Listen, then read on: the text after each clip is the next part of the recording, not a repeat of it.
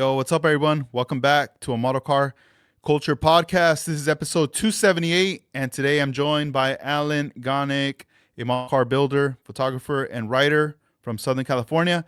Alan is known for his work with Lowrider Bicycle Magazine in the 90s, and he's been part of the model car community scene for decades. In this episode, we'll talk about his model builds, including his 57 Chevy, his experience in the hobby, and his involvement with shows like the Cactus Classic and many more. Let's get into it. Let's go right ahead and bring in Alan. What's up, man? How you doing, Alan? Good. How you doing? Hey, I'm doing well, man. Hey, it's good to have you. It's been a while, actually some years since the last time we did our podcast together. But man, it's just so nice to have you, especially this one being like the last one for 2025. I was like, you know what? I wanna bring Alan back. I've been doing some of the magazine, flip throughs, and your name pops up at times in articles and stuff, and I keep saying I got to bring Alan back. So we're here now. And you sent me some photos too regarding the your builds, and Yeah. I wanted to start off the podcast by showing everybody this '57 Chevy you're working on. I saw you not too long ago over at the NHRA museum. We were out there, and let me pull up these photos here that I took of your car, and then I'm also gonna pull up some more detailed ones that you sent me. So let's start Okay. off with this one right here, and then you could tell us about this car. The car basically started, like 20 years ago. I maybe even longer. What happened was I did a lot of body work on it and used all different kind of stuff for filling. So the back behind the window kind of started sinking. So after 20 years, almost sure it's settled now, and I was able to fix it. And then I did a lot of modifications after that point. But the roof was, the A-pillars were completely done back then. The doors were done back then. The front hood, going forward, that was done also back then. The shot that you have, it really wasn't complete yet. So now it's a lot more complete.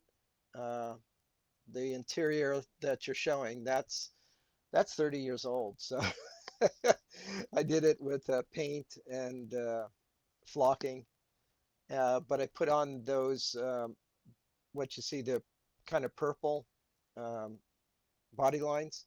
I just put those on this year, and you see the ribbing on the roof. That's new. Basically, I said, I have to do something more.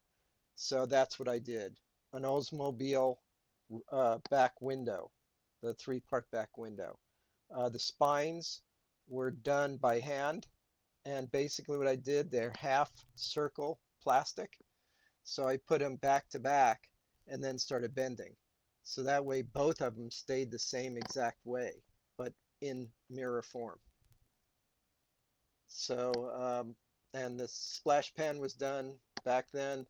I had a friend, uh, Jim White, who suggested putting on the wheels. He said that would be a better wheel. So I found that in a Corvette kit. So the gun sight was done years ago, thanks to influence of Bud Anderson. So he was at some of the shows that I did. In fact, all of them until his death. And he did a seminar on cutting, cutting up uh, bodies and such like that. If anybody doesn't know who Bud Anderson is, every time you look at an AMT kit, there's the cat from AMT. That was Bud Anderson, also known as the father of model cars. Uh, those carburetors, they're now corrected. Um, the whole engine's kind of weird. I don't know if you have a better picture, but yeah, there it is. So what it is an overhead cam engine that I did the head completely from scratch. And I made the valve covers, the headers are from a kit from the 51 Chevy kit, I think it is. You could see the engine isn't completed. It'll be a lot more completed when you see it next time. And the spark plugs will be, that's some of the modifications that you'll see. The whole engine bay will be covered. And I think it's going to be more of uh, a red brushed aluminum. So they're the carburetors again. The chassis is 57 Chevy. It's been highly modified. I painted contrasted colors on the transmission and the engine. So the engine kind of matches the outside. I did that on purpose. So it's kind of like you see the differential between the head and the block and such like that. So it's going before a show happens, it's going to be all washed also to bring out more detail in the engine, like the walls and stuff like that. The radiators is almost complete in this picture. This is done a few days ago, and I'm going to paint the radiator, shrouding and everything, the color of the body, and the brass I thought would be nice addition to match the carburetors. And there'll be a front end on it. I have a covered type pulley on it, and that goes up to the cam head. Uh, and so um, I had to do a little bit more work on the headers, so you'll see like a cover over it and everything. Down in the bottom right-hand corner, there's a little circle, and that's a magnet, and that's to keep the hood closed so it sits right at all times. And then I could push it. I'm going to build something from the bottom to push it up so I could open it up, the hood, that is. Also, there's going to be a cover on the hood so it doesn't show all the bodywork and everything. So, Man, that's and pretty there it is. nice. Just from seeing a lot of the, all these photos, and when you showed it to me in person, I started seeing all these different modifications to the body, Yeah, a and I lot. just really like the way things look very smooth and molded in, especially like the bumpers, The the bumper is a Viper front end. oh nice. Yeah, I can see that bottom part right there. I was Yeah, wondering, I was like, now, well, what's that now, from? now you can see it. So yeah, there's a lot of work done to for the chassis, for the doors to match up. I did a lot of Hmm. more additional work to it, and I lucked out. I found the windshield in my parts box. So Mm. same with the back windows. Like I said, that the whole Oldsmobile, that was the corners are done by me. They were filled, and then they were kind of rounded out. I made a pattern to make sure both were the same way on both sides. And you haven't seen the best of it. Right where those rails come down Hmm. and to the back. Do you know the what is it? 50 55 Barrettes, Cadillac Barrettes? It has an aluminum uh, roof on it, a brushed aluminum roof on it. So that I got vinyl that's brushed aluminum red. So that'll go from the windshield all the way back to where you see that like ending at the scalps there. So there's going to be a lot more glitz on it and everything. Yeah. So you said this has been going up for at least like 20 years, this Yeah, project? yeah. Well, Wow. I picked it up because the 57 at Mm. the was it Fast and the show in Pomona. Oh yeah, it was like the tri 5. Yeah, yeah. That's Hmm. why I said, oh, I'll pick this up and do it again. Yeah. And oh, by the way, the paint is hobby paint. It's like, you know, just the cheap paint you buy Hmm. at one of the art stores. And basically it's airbrushed and watered down like 25 to 30 per, with water. And Yeah. then it went through the airbrush at that point. So, but the color is like a flip-flop kind of pearl. Yeah. No, it looks nice. Like here's that close up again. Yeah.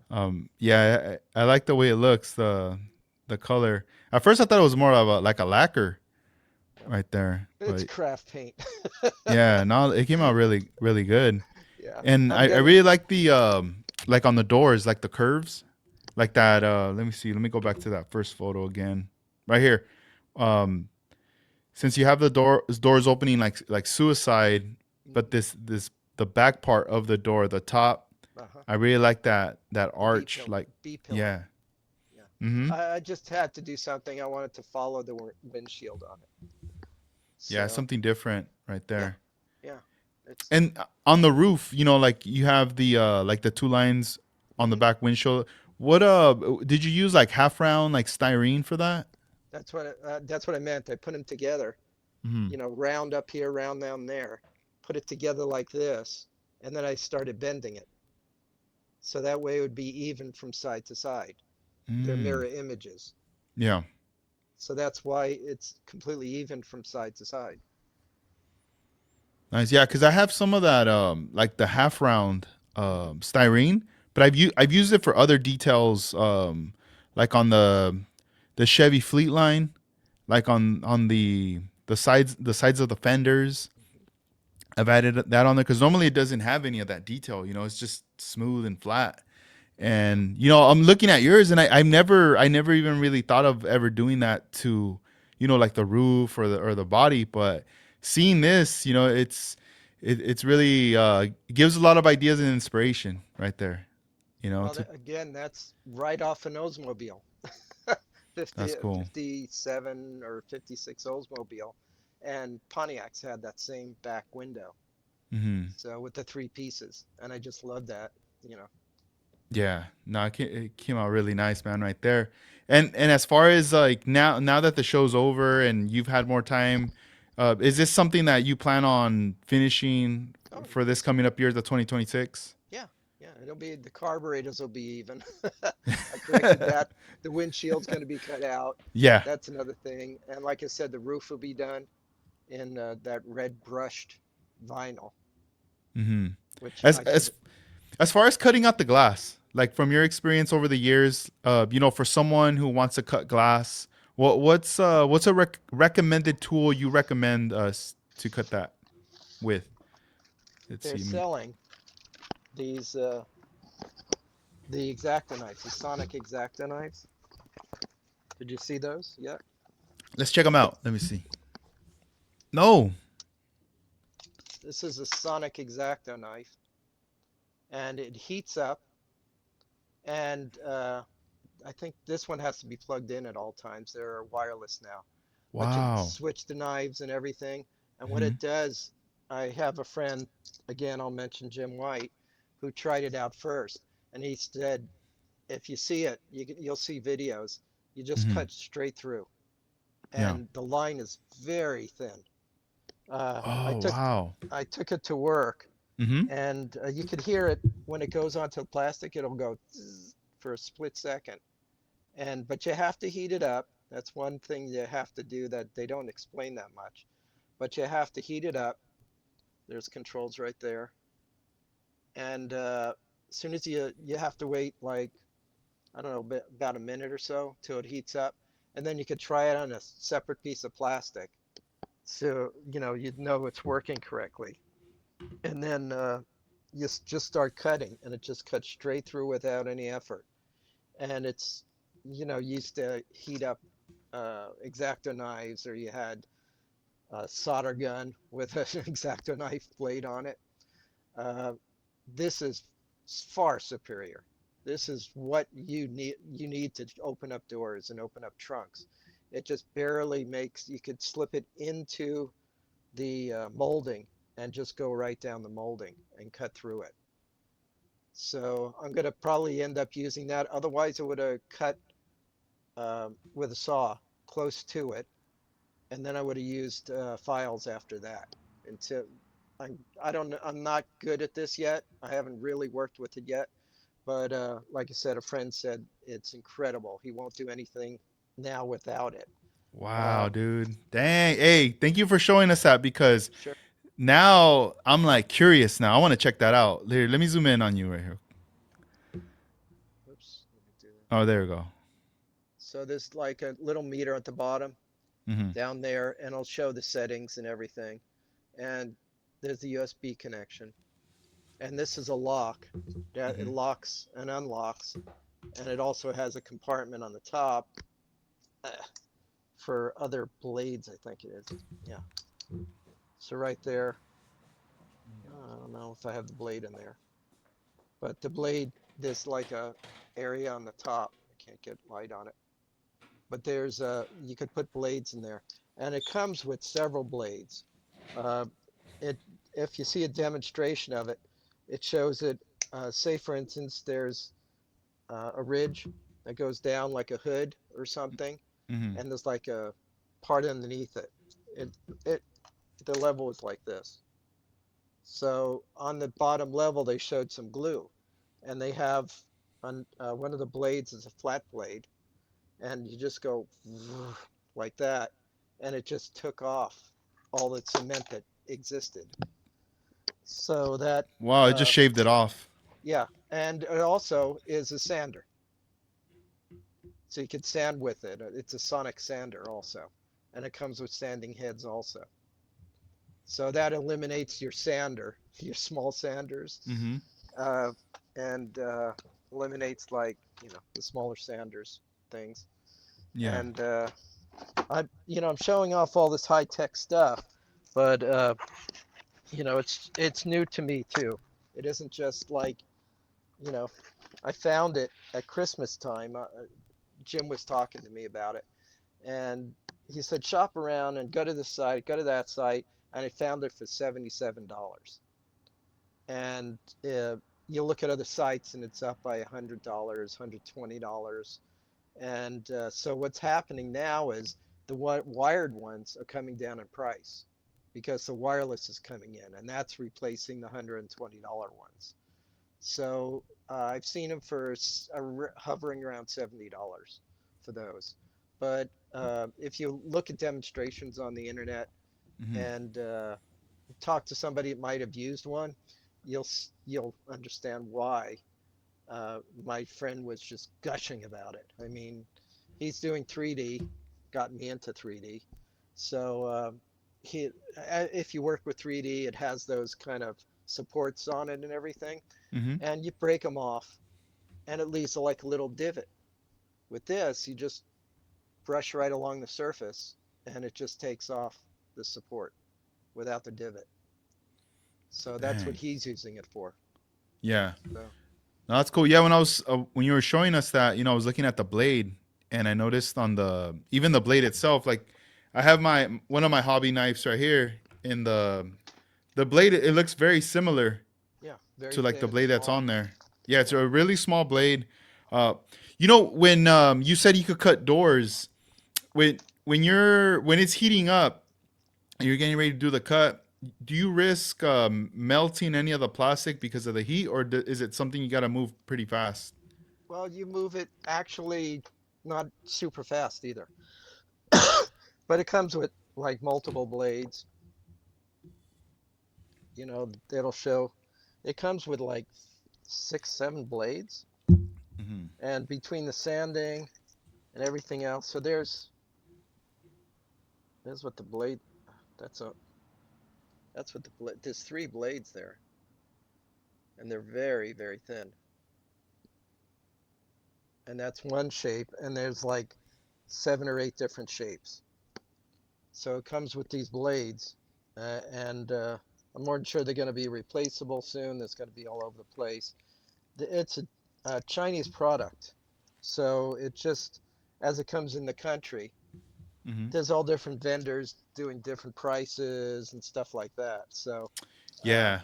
Yeah, I it, almost feel like now that you're showing me that, I could see like Dispay, and there's gonna be other companies that are gonna be coming out with that yeah, product, like yeah, definitely. But that's dope. That's exciting because it's gonna save us a lot of time.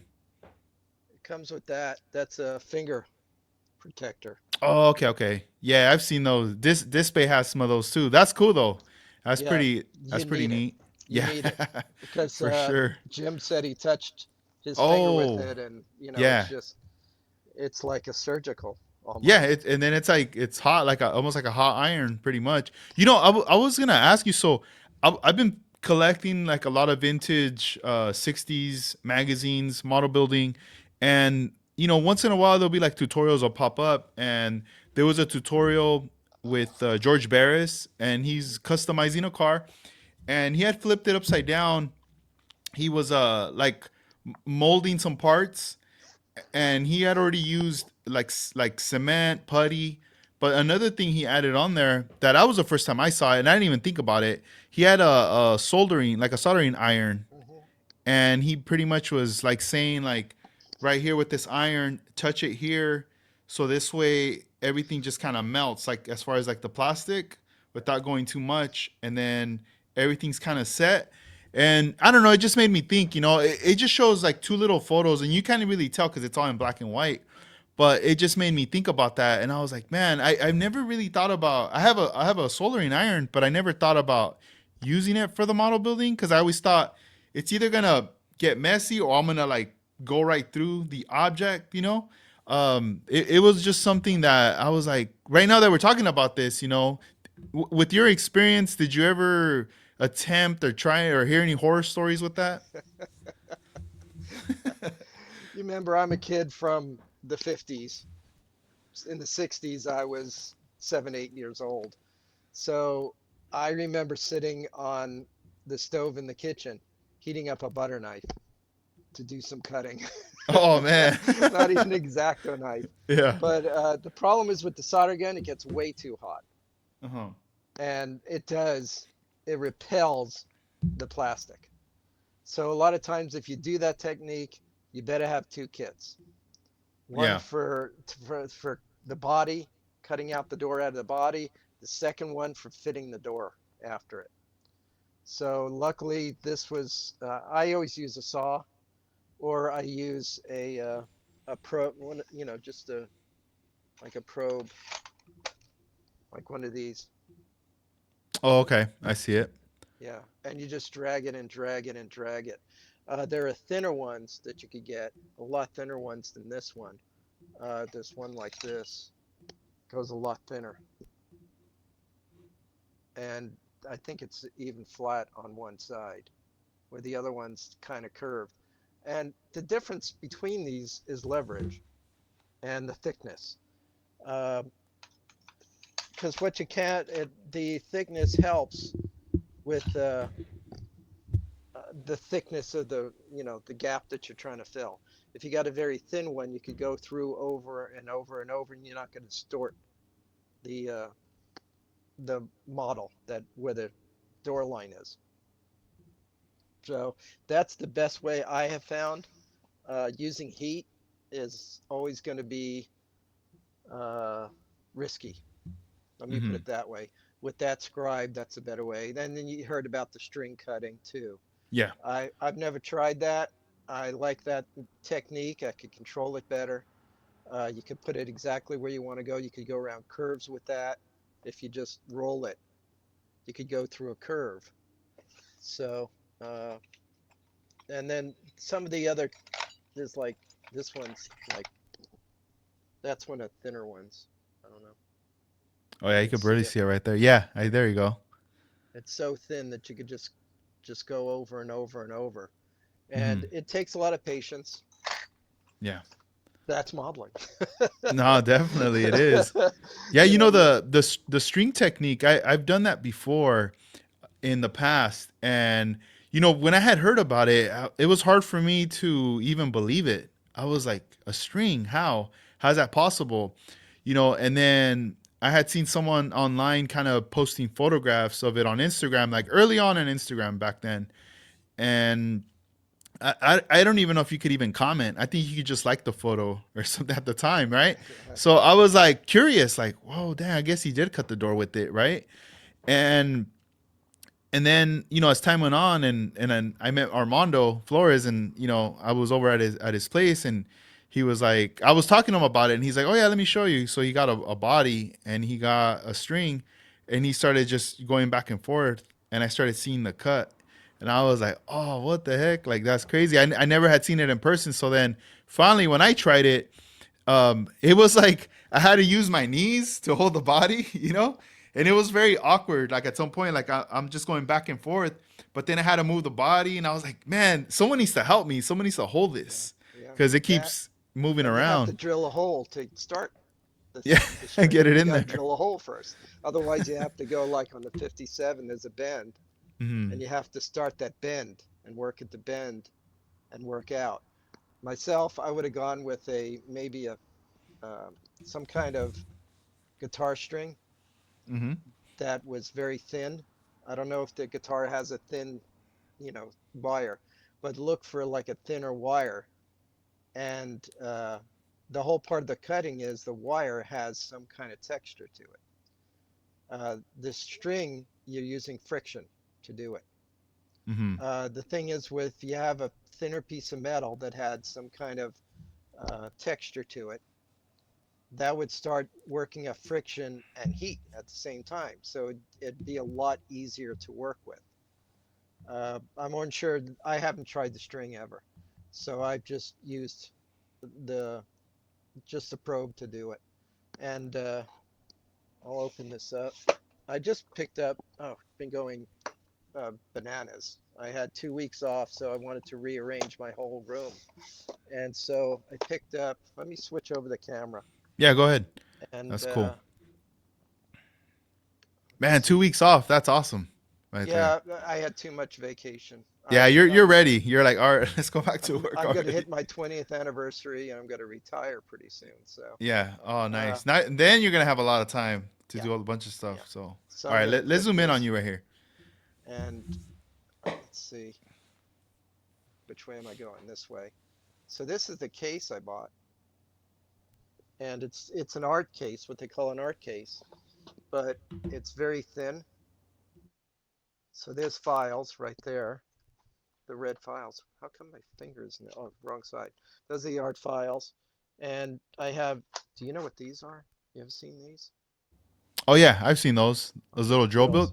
drill bits. Yeah, yeah, but I got something even better. Hey, let's Yeah, see. hanging around in a dental school. See, there's all the. Oh, nice. I like seeing this stuff. Yeah, so that's. See the what? It's so thin. So this is the stuff I wanted to show you. You ever seen these endo No, never seen drills? these before. These are endo drills. Let me get one out. All I'm right. holding with the camera, one hand with the camera, and it's in a case that you got. I'm gonna drop the camera a split second there. All right, go ahead. So, okay.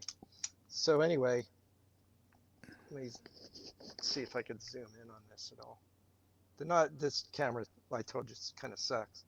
But basically, what it is, uh, down and up. They're very, very thin. So these are dental tools, right? Like those drills? Yeah, yeah. Oh, you It's know that I say that because a long time ago when I went to the dentist, I was like, "Man, that looks like something the dude was using on one of my tooth." yeah. That's exactly what it is. Like I said, I work in a dental school, so Oh man, that's uh, so dope. yeah. So there's the better picture. So this is serrated, and that's for ending. If you want to put an end on it, you know how Hmm. many times I stuck my finger with these things. Wow. So, but they come in all different ranges of thicknesses. Hmm. This one's almost like a drill, Oh yeah. and there's Are so these many. tools? They're hard to get, right? I don't think I've Nope, never seen these sold to the Amazon, public. Amazon. Amazon. Okay. Yeah, it's called Endo, Endo, Endo. Endo. Yeah, Okay. files. Yeah, Endo Endo files. files. All right. Yeah, this is endodontics. Uh, that's what the technical name in dentistry is. But they come in packages or in certain numbers. Hmm. So that's the color part is saying what it's saying the thickness on each one. And you talk about this. This is you want to open up um, the door lines and you want to accent them so they're deeper. Hmm. These just drag right through. Oops, you just drag it. Sorry. You want to get seasick now?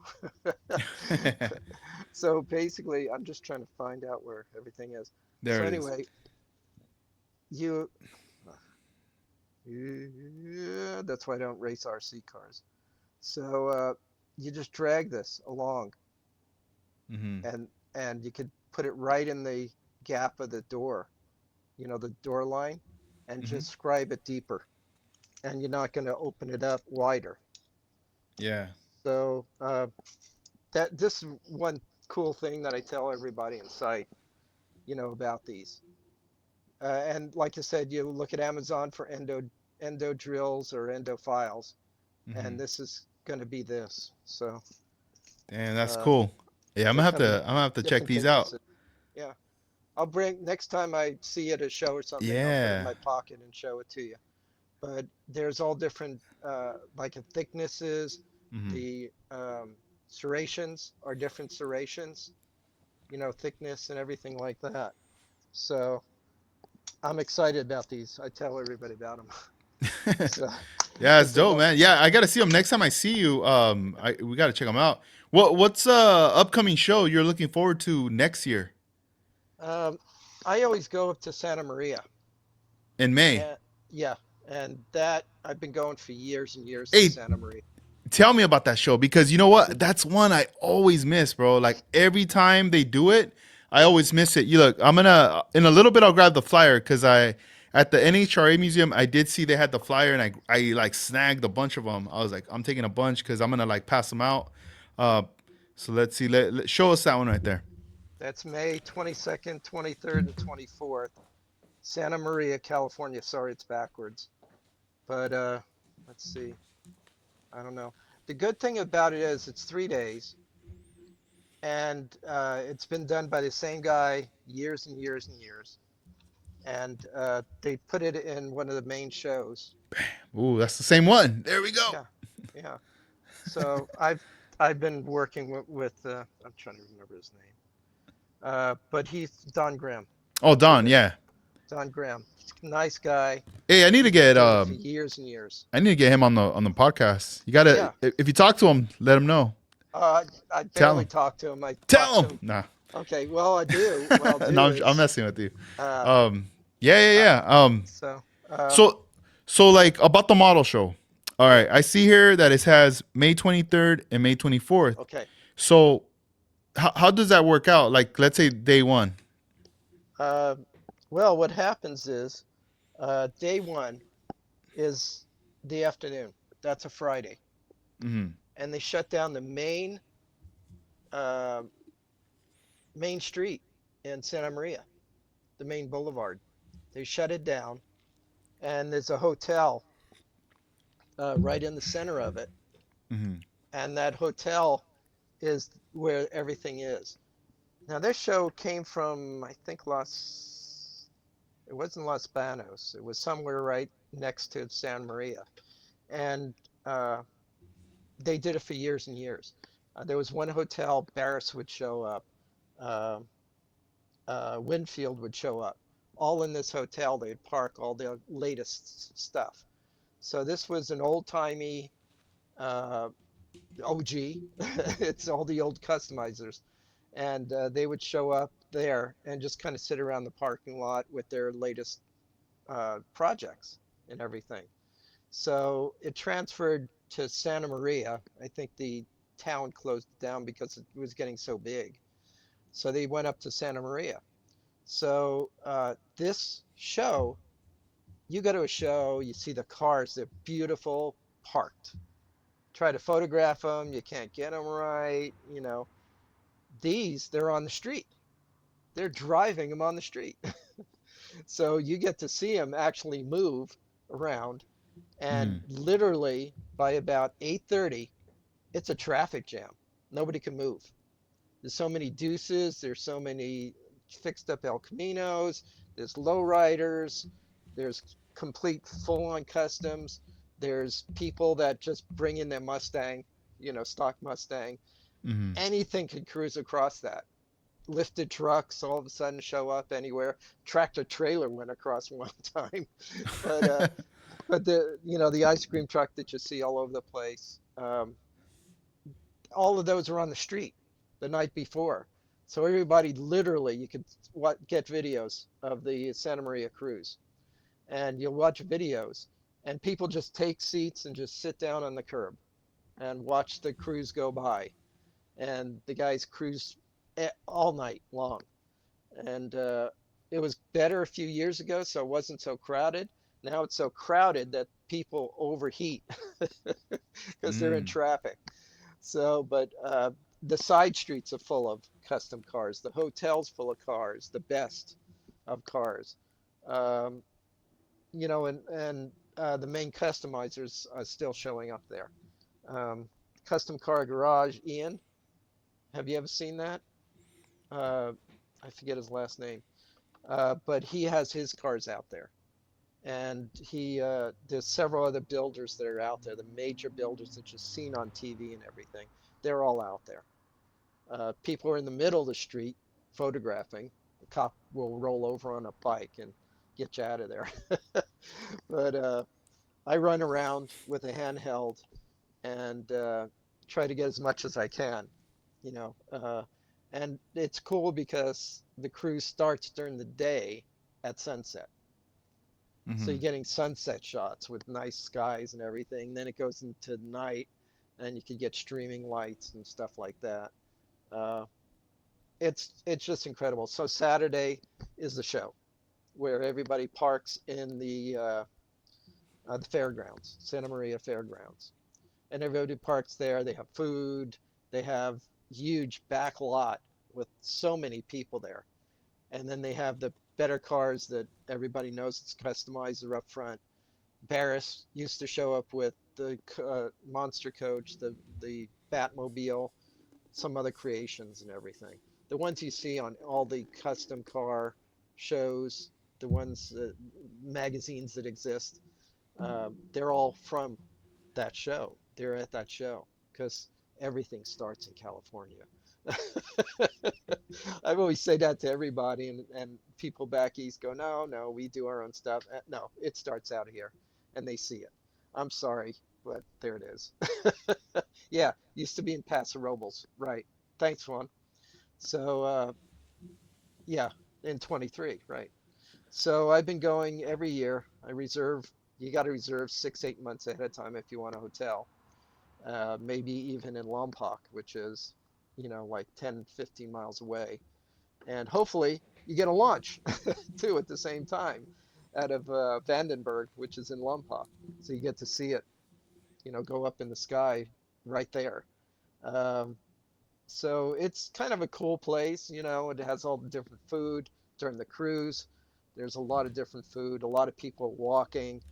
Um, Everybody's talking to each other. It's just a cool situation. It's just that's the show that I go to every year, no matter what. And it's free. The cruise is free, to spectate. Can't, then you buy yourself to the show, and that's at the show is when the model car show is happening. And Don has another guy right beside him that races slot cars and show they're showing slot cars too at the same time. It's in a hall, so it's nice air conditioned. The tables are all set up and everything else. And Don's been doing it for years, and of course you see Radio Bob there.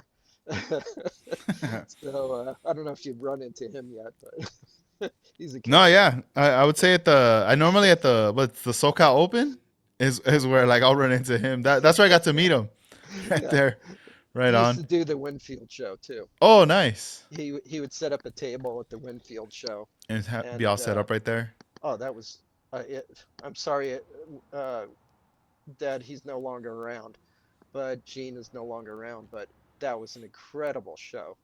He Mm-hmm. just opened up his garage and had a junkyard in the back, and then had just a kind of a storage area, and it had fiberglass front ends for 49 Mercs that he would chop and everything. And the best, I got a picture of myself next to the door, and it Mm-hmm. says every day's a school day.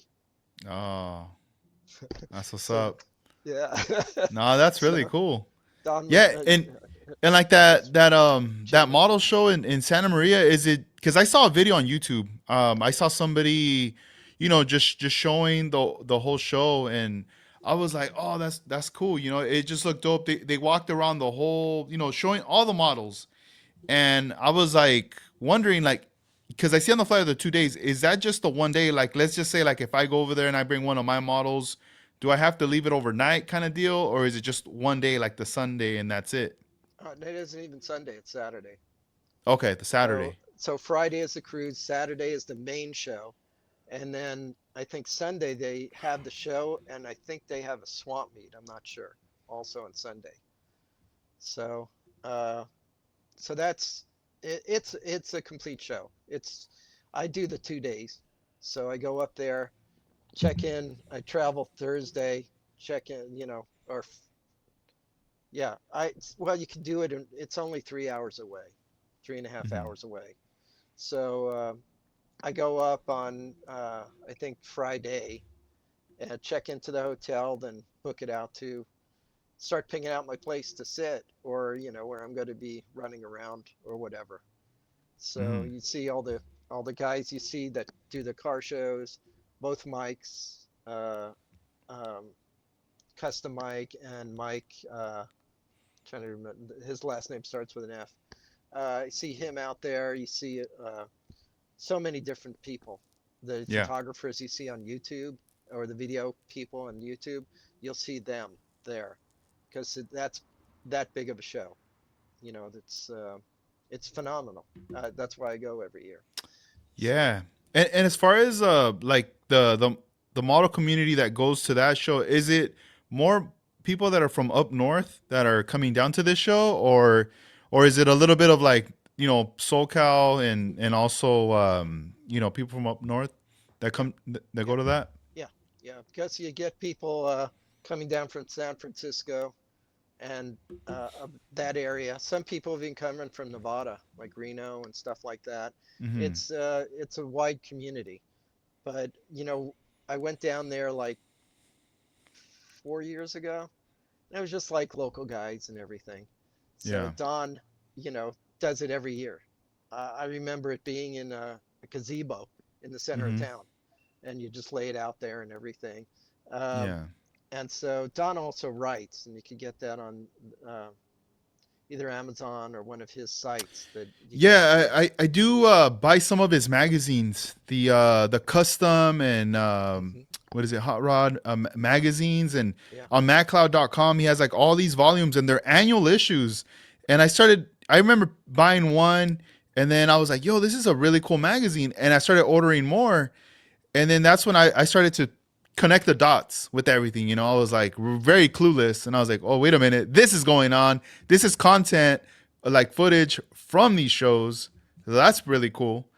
And I was like, all right, I've been paying attention to it more, and now I'm like, all right, next year I want to go to this show. I definitely want to check it out. it's so worth it.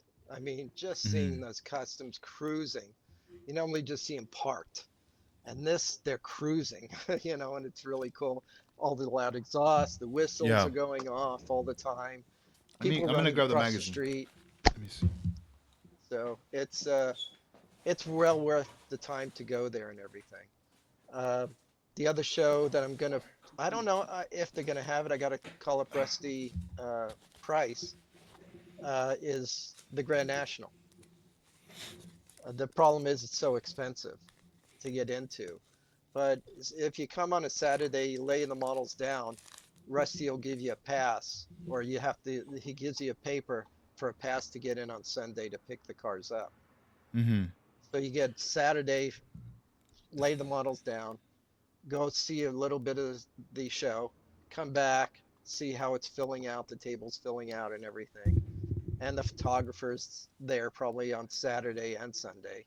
So, so that's coming up too. That's very soon. That's the end of this month, the end of January. End of January. Yeah, that's one I've been thinking about. I probably will go to that one if Yeah. I do end up attending that one. It's gonna be one of those shows where I'll most likely bring the family. I'll probably bring my daughter and my wife, kind of just so I want to start bringing her out to these shows so she starts to get familiar with cars and the scene and stuff. Because before she was smaller, and a lot of times I just wasn't going to anything, but now it's like switching up. And I know we do a lot of family outings, and why not introduce her, to something like this And there. that's a great show. Go to the Suede Palace and the Hmm. restaurant. Right next door is the old restaurant area. And the Suede Palace is right next door to it, which is really cool. It has a lot of vendors and everything. Yeah. in there, and that's very cool. And then, God, there's so much there. Saturday is a cruise. I think not so much a cruise.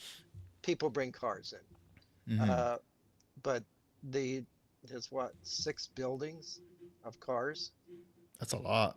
Yeah, and one has a stage where the airbrushes, all the airbrush people are there.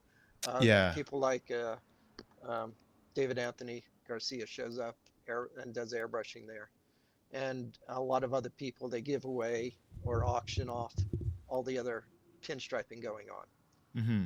So and all the big Kendig is there, and all the rest of the people are all there. That is the show for the nation. Almost is that show. I went to the Cow Palace in San Francisco. That was the first time I went to that show because the NNL was one day. So you put down your cars in the NNL and then you run up, it was like about half an hour away and you go to the Cow Palace and then their contest was meaning they meant it to be on a Sunday. So you had cross traffic from both shows. And it was just the model show was incredible. I met so many people there coming in from back east at the time. So now it's the same way, but it's in Pomona, which is 10 minutes away from my house or 15 minutes away from my house. So I can't resist it. Yeah. And you get to visit Pegasus if you go there. It's Yep. Make it a 15 trip. minutes away. Yeah, which is that I gotta, that's uh, so there it is. Oh, uh, nice. and the club, I put this up because we have a club there once a month on the third Saturday, starting at 3 o'clock. And I'm going to put in a little here for the club, Hmm. plastic cruisers. This shirt is the design is well over 30 years old. It was done by Jack Davis. The car was done by Jack Davis, who designed the hooker header logo That's nice. and a lot of the hooker headers. Yeah, if you look up, he's known as the father of the Phantom in the model car world because he made Phantom cars. In other words, cars that Detroit could have made, but they didn't. You know, it's a 4 door. He turns a Merc into a 2 door instead, or something like that. So there's one of his cars up in the museum, the one that was in Utah for the GSL, and now it's I think in Minnesota, something like that, where it moved to. I didn't shoot you a picture, but Hmm. I got to brag. I won at Salt Lake. Oh, awesome. It Congrats. was the Klingon Cruiser Award, which was Hmm. the weirdest car in the show at the time, and that was my Lumalac that I did. So the thing is, it's a perpetual award. They didn't even give you a piece of paper saying you won. So after all these years, since the museum moved, I asked, I heard it was moving, so I asked somebody at the museum, when you're digging out stuff, is there going to be a Klingon? There's going to be a Klingon Cruiser Award, and could you get me a picture of it? So I got a picture of it, Oh, that's and so my awesome. name's on there. One of the last Yeah. names on there. So Dang. yeah, so that's the only bragging rights I could have for winning at Salt Yeah, Lake man. is I having the mean, weirdest car. dude, that's a big honor because it's like you're already a part of that history that they're because I did hear about that they were moving all that, and I remember like seeing videos and hearing about it, and I was thinking, man, I really want to check out this museum. I want to see all these cars. I have some magazines, especially now that I'm starting to discover about like the Revell Pactra competition back in I think like 64, 63, 64 around there. And I just recently met someone also on Facebook that was part of that competition and won. And they've been sending me some stuff, so it's been kind of cool, like uncovering this, like for myself, like oh damn, like this is crazy. And when I started to see these videos showing everything that they have, I was going, wow, they have so many really nice collection pieces that they're preserving. and now they're gonna be moving it to another place, more official. Like it's just gonna be like so Bigger. good, It's bigger. bigger too. And It's I'm bigger. like, okay, cool. That's something I'm in the future. I definitely need to make a trip out to document, record, and get the experience. But hey, man, congratulations. That's a big honor to have that on there. Oh, by the way, here I go again. Uh, 70s, they were still going on, Hmm. and I got a third place Oh, in nice. one of those. So Yeah, it was yeah. a You went back. You're like, we're gonna give it another shot. it was a Volkswagen, Okay. which nobody it was a Revell Volkswagen. Nobody fixed up Volkswagens back then.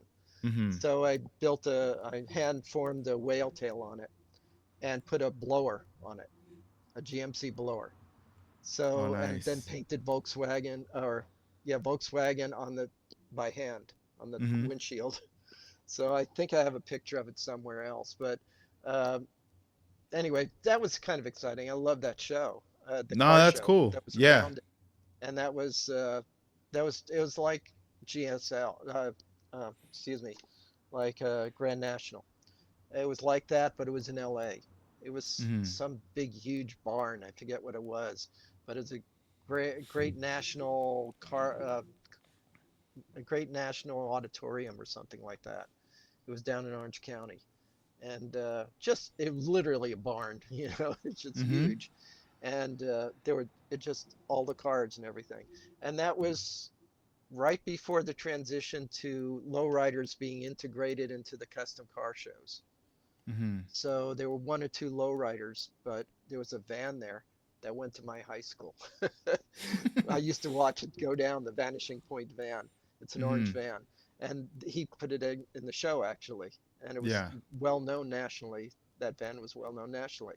I used to see it drive by in high school when I was in high school.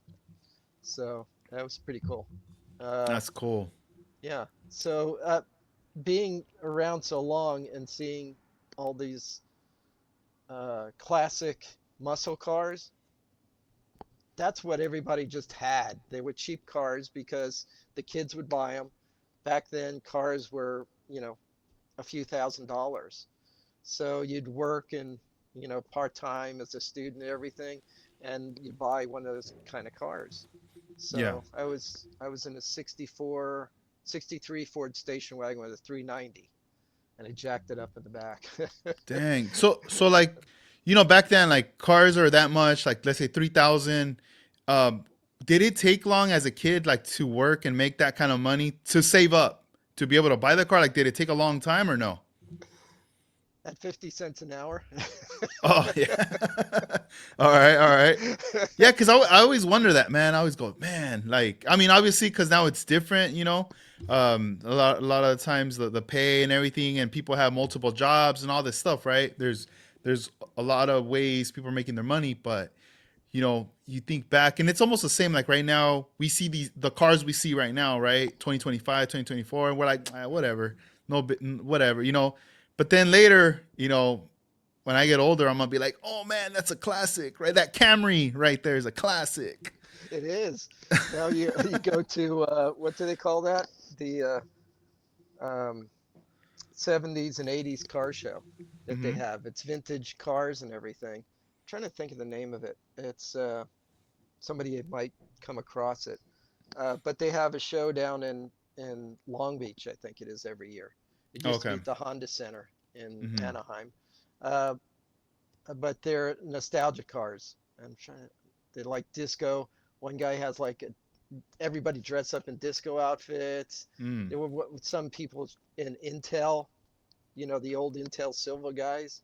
I don't know if Hmm. you're old enough to know that, but they Nah, they, they had I'm gonna have to like look that up. complete silver, complete silver, and they were like Intel like kind of guys, and they were jumpsuits. Women were walking around in jumpsuits, and they had all these 70s cars and everything, Mm. and 80s cars. Yeah. Uh, I'm trying to think.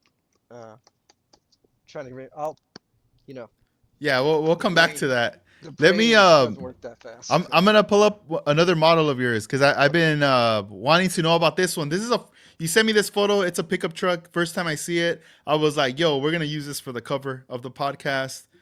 Bam, there it is. Yeah. And And I got a even couple more photos from it, but tell us about this one. uh, well, let me switch the camera. And This is a beautiful build right here, by the way. let's see. There it is.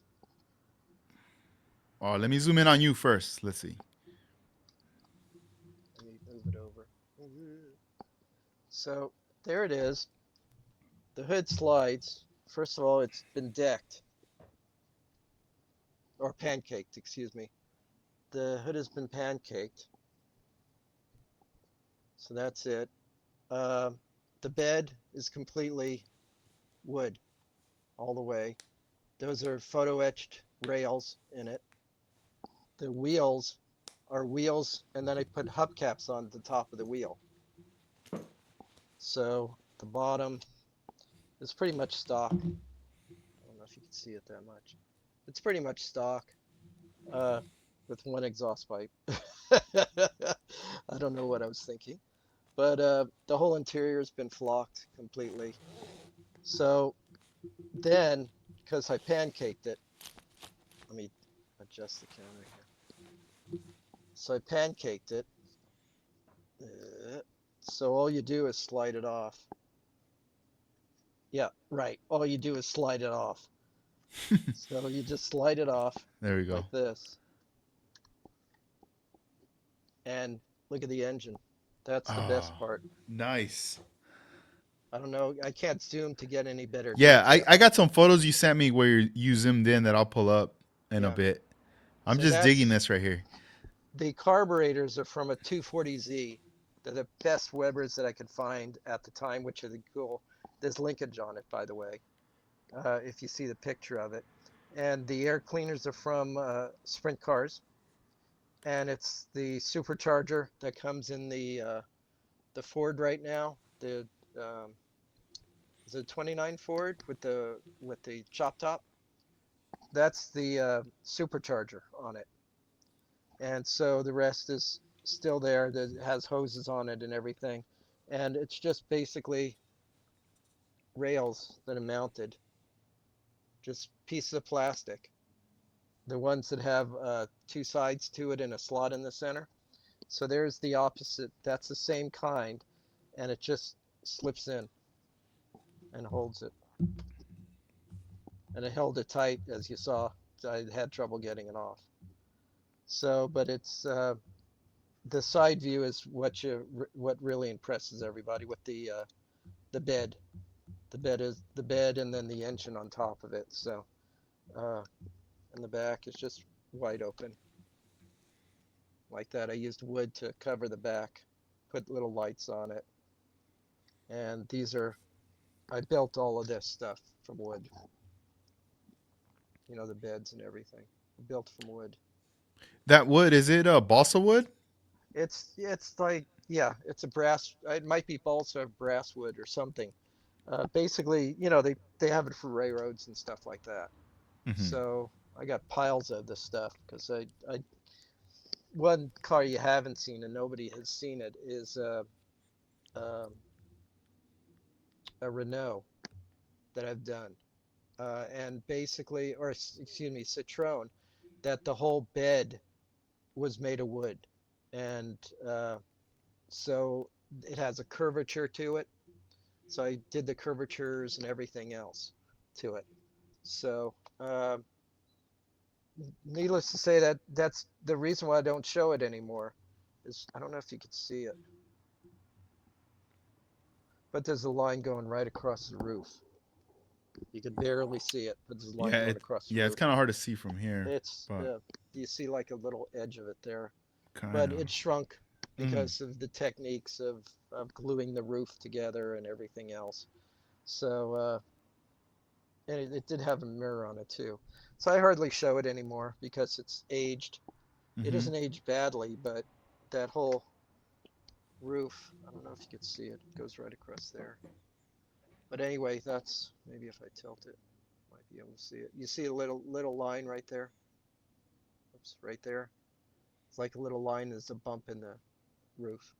So I gotta say I'm sorry, but it aged. So Nah, there's the it looks front good, end. man. I like it. I really like the front grille, the face of it Yeah. looks really cool. I really like that. Let me show the photo of the engine. Engine. Let me pull it up right Okay. here because this is a nice close up right here. Yep. Yep. There it is. You All see the right, tell us linkage about on it. this. There's linkage on it, and the linkage is all done up. Uh, there's also the carb. Like I said, these carburetors were just beautiful. It's molded from the 240Z from Revell, and the racing carbs and everything. Uh, there had this one I don't know if that's a, I think that's a painted belt that I did. The wires are all done completely and strung up and everything. This is the linkage. You see the linkage goes right across from a carburetor in the front, goes underneath the supercharger and to the other carburetor. So and then there's some other little linkage and everything else. So yeah, you see at the top you can see the where the slide is for the hood, the little channels for the slide and everything in the hood.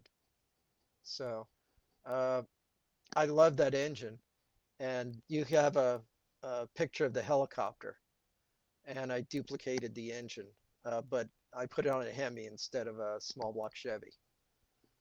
So, uh, but I just love that setup, to show the carburetors and everything. I just love carburetors. What can I say? The 57 has those great, beautiful printed, 3D printed carburetors that Jim had done for me. I was able to pick it out from 3D Colt, find the carburetor that I wanted, and he printed it for me. And you can see the detail; it's just incredible. Uh, but that's one. I don't like pickups, but for some reason they were just a great subject to work with. Uh, I have a yellow pickup, another yellow one. I don't know. I don't have it out here, but that was another work that I did. And of course, the first car that I did, I didn't send you any pictures, was the four door. It was in Pegasus for years. It's a four-door 40 Ford pickup truck, and it was a quad cab or four-door, and it had suicide doors on the back. Everything past the original cab was all handcrafted and everything. I moved the roof back and everything, and the whole bed was wood. Um, it was very detailed on the firewall. I took some bare metal foil on a flat surface, on the what would be the firewall, and I took a pencil eraser and turned circles in it, a very sharpened uh, eraser, and I turned circles in it, and that made the machine. I don't know if you ever seen that on a real car, but the machine surface where they have the circles, normally Bugattis had them. So I did that in that truck, and that was showed up in Salt Lake. Several magazines from Salt Lake that showed up, and that was the big splash that I had, the first car that everybody knew me for. So Oh, that's cool. That yeah, that when you went out to Salt Lake, were you driving out there or were you flying? flying at the Okay. time, uh, the cruisers would going Mhm. out there. It was a pretty big. It was about 10 or 12 of us, and we would go out. We went into there's Ron Bolton used to do bulldog bulldog resin. I don't know if you have even heard of that, but it was the slosh cast. Everything was slosh cast back then. They were in two-part molds.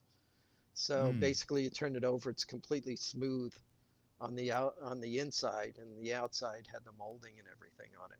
Basically, you take a rubber mold, pull the resin in, and you made the kicker so it wasn't fast. So you just go like this and mold it around. Oh, damn, move it around so it's all like swooshing everywhere. Yeah, that's slush mold. It's Oh, sloshed dang. around. So hopefully you got a Crazy. good one, Yeah, yeah. and it was thick on one side or thin on the other. So Oh, dang. then the advent of two-part molds came out, and that Mhm. nobody slush molded. Uh, there were some funny cars that Mike Flynn engineered, Mhm. and those were slosh molded because it's just a funny car anyway, But basically sloshed around and made the bodies and everything. I think Freeman was the one that molded it. I forget the company name. Uh, but anyway, that was you know, there were bodies like that floating around all over the place. Anyway, we got a Bolton's show, and it was a People's Choice show, and the cruisers would show up, and everybody just go, "Oh, had Jack Davis in it." I was a minor character, but then it had Mark Weller, who does a lot of write-ups and everything in the magazines. Uh, Mike Morgan, he doesn't model now, but he was a photographer for Irwindale, and he just did incredible stuff. Froggy was floating around back then. Uh, David Anthony Garcia. Uh, and we just had some of the top hitters. I don't know why the cruises attracted them. We had no rules. Just open up a garage or something and down your cars and just talk, tire kicking. And that was the Yeah. cruisers. There was no structure to it or anything else. So it was a pretty good club, but politics came in sooner or later and ended the cruisers. So Mm-hmm. I had a, a Testy Baker. I don't know if you ever heard of that. It's a Studebaker with Testarossa fins on the side of it. It was a 53, uh, the 53 that's out now with the dual blowers and everything. Uh, it was a Hawk or whatever they called it. Anyway, I took that body, put these Ferrari fenders on it with big fat fenders in the back, used the whole back end, which was very wide and had like uh, grills going across the back. And I discovered if I turned the Ferrari engine into the front and turned the manifold backwards, it fit perfectly underneath the hood. So then Ferrari wheels were put on it. A few years ago, I don't know how I got into talking with this one person, but he says, "You did, you did the Testy Baker?" Said a customer came up to me and wanted me to build that for him. And he goes, "I'd never seen that thing before." And I had trouble tracking it down and everything. It was Mike's Miniatures, molded it, resin molded it off of my master. So the one that he did was incredible. It just had wire wheels put on it instead of the Ferrari wheels, and he put a little Ferrari logo on the front of it. I have to shoot you a picture, but it's just incredible, you know. Mm-hmm. And I was very in awe that somebody would ask me for one of my models to mold. So I Mm-hmm. said, sure, yeah. That's So awesome. yeah, so um, he did a few other Studebakers, Mike. So he showed up at the Classic and sold bodies in the Classic also.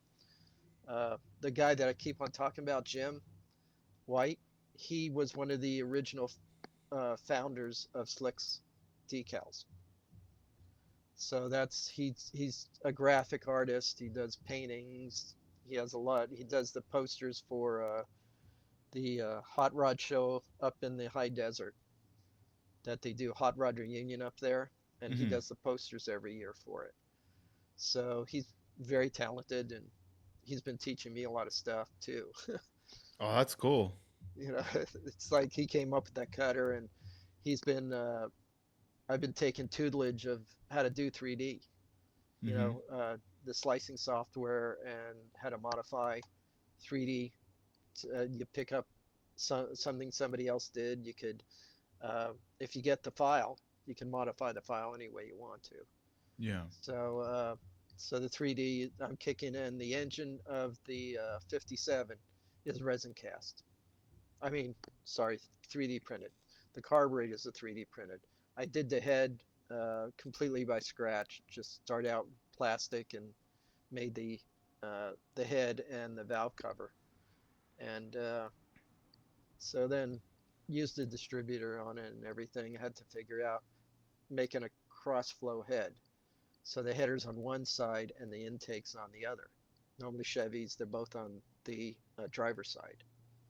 Mm-hmm. So the exhaust and the intake. So this way the intake's on one side and the carburetors are on the other.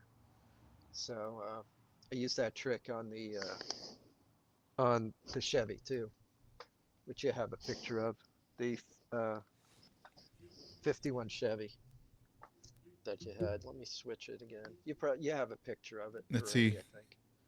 Um, The what year was it? The Chevy again? it's a Not the 57. 51. It's a 51 Chevy. Let me see. Let me S- look through my photos. That's this one. 51. That's the 51. purple and gold one. That's on the Oh screen yeah, I right now. remember this one. Yup, yup. Yeah. So Um, let me check this, the. and there's the engine again. Oh, let's see. That's So this dope. is the 53C, I call it. So the reason why it's 53C, it's three 50s Chevy.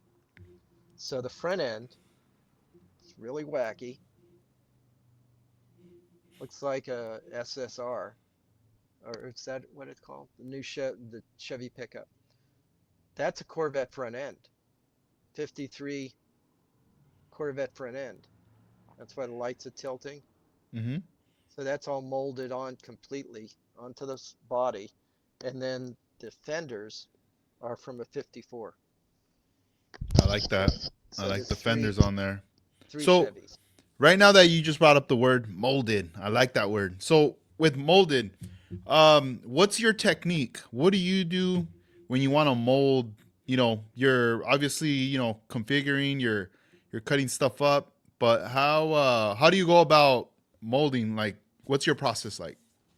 Well, first of all, I use saws on everything. I hand did with saws. The old X-Acto saw. Hmm. Trying to look for it. Stuff like this. You know, the old the old X-Acto saw blades. Uh, and that way I would cut along certain lines and everything. Uh, the 54s are longer than the 51s. So it gave that longer look to it. I didn't do anything with this except it's a little detail. I don't know if anybody sees it, but the windows have been shaped Oh, I on it. see that. Okay, So that's there's that, nice. and the front is the same way. Ooh, Widow peak. That's what I was trying to think. It's a widow peak. yeah, the widow. There you Yeah. go. That's cool. And so then the side, there's that little feature down there in the window. So it's Oh almost yeah. like a Kaiser or something. And you can see the front end is kind of rounded on it. Hmm. And of course the engine, and it has the sides molded, not molded, but made sides. So the fenders are covered up. And that's a cross flow head. Same thing over again. Yeah. But it has exhaust on one side and intake on the other. And that was all handmade. Molding, you're going to get me into this whole discussion here. I don't use any putty whatsoever. Hmm. What I use is where is it? All right. Show us the secret. Let's see. Nah.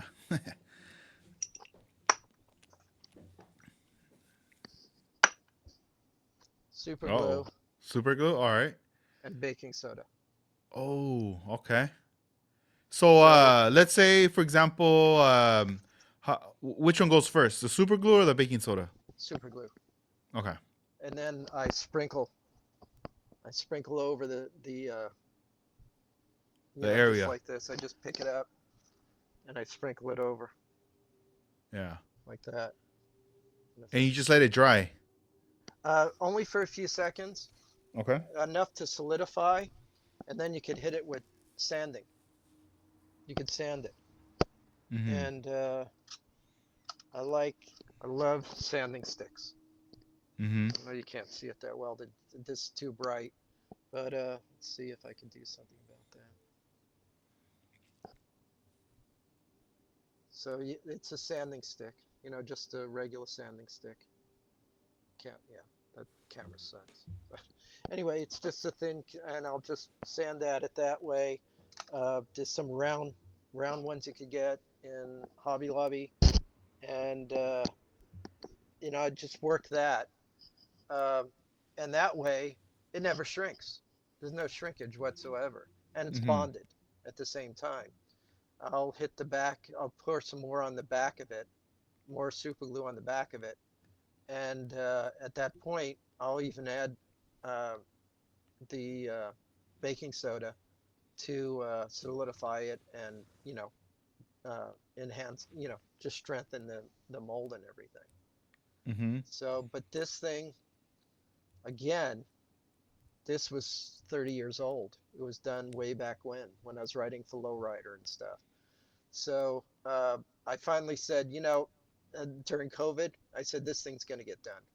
Yeah. So that is all nail polish, by the way, the paint on it. And to pick up, I don't know if I'll be able to get it, but it has, you see the metallic to it?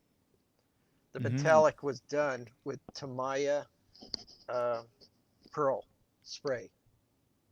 But just buy it's Tamiya pearl spray, clear, Mm-hmm. clear. Uh, it's just a clear coat that you put on it, and that's the clear coat that's on it. But it has like little bitty sparkles in it, and it also has a pearl to it. So that's that coat. That's the prettiness of it. Just I don't know if I can get a see the you can see the pearl in it a little bit, and it shows up there too a little bit, right there, right where my thumb is. It shows up sparkly every now and then. So this was my first foray into 3D printing too. Is you can't really see it. The backlights. Yeah, I like Those those were rare those tail lights look dope. yeah. That was basically I made a master, and I asked the guys at work, and they have dental scanners for teeth, so they scanned it and then ran it through a 3D printer. But I made the masters, so only made one, so it's kind of locked. They fit one way and one way And only.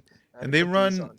they run all the way from the bottom all the way to the top, huh? Like the whole curve Yeah, of the fin rate. Oh yeah, look at that. You can see it better right there.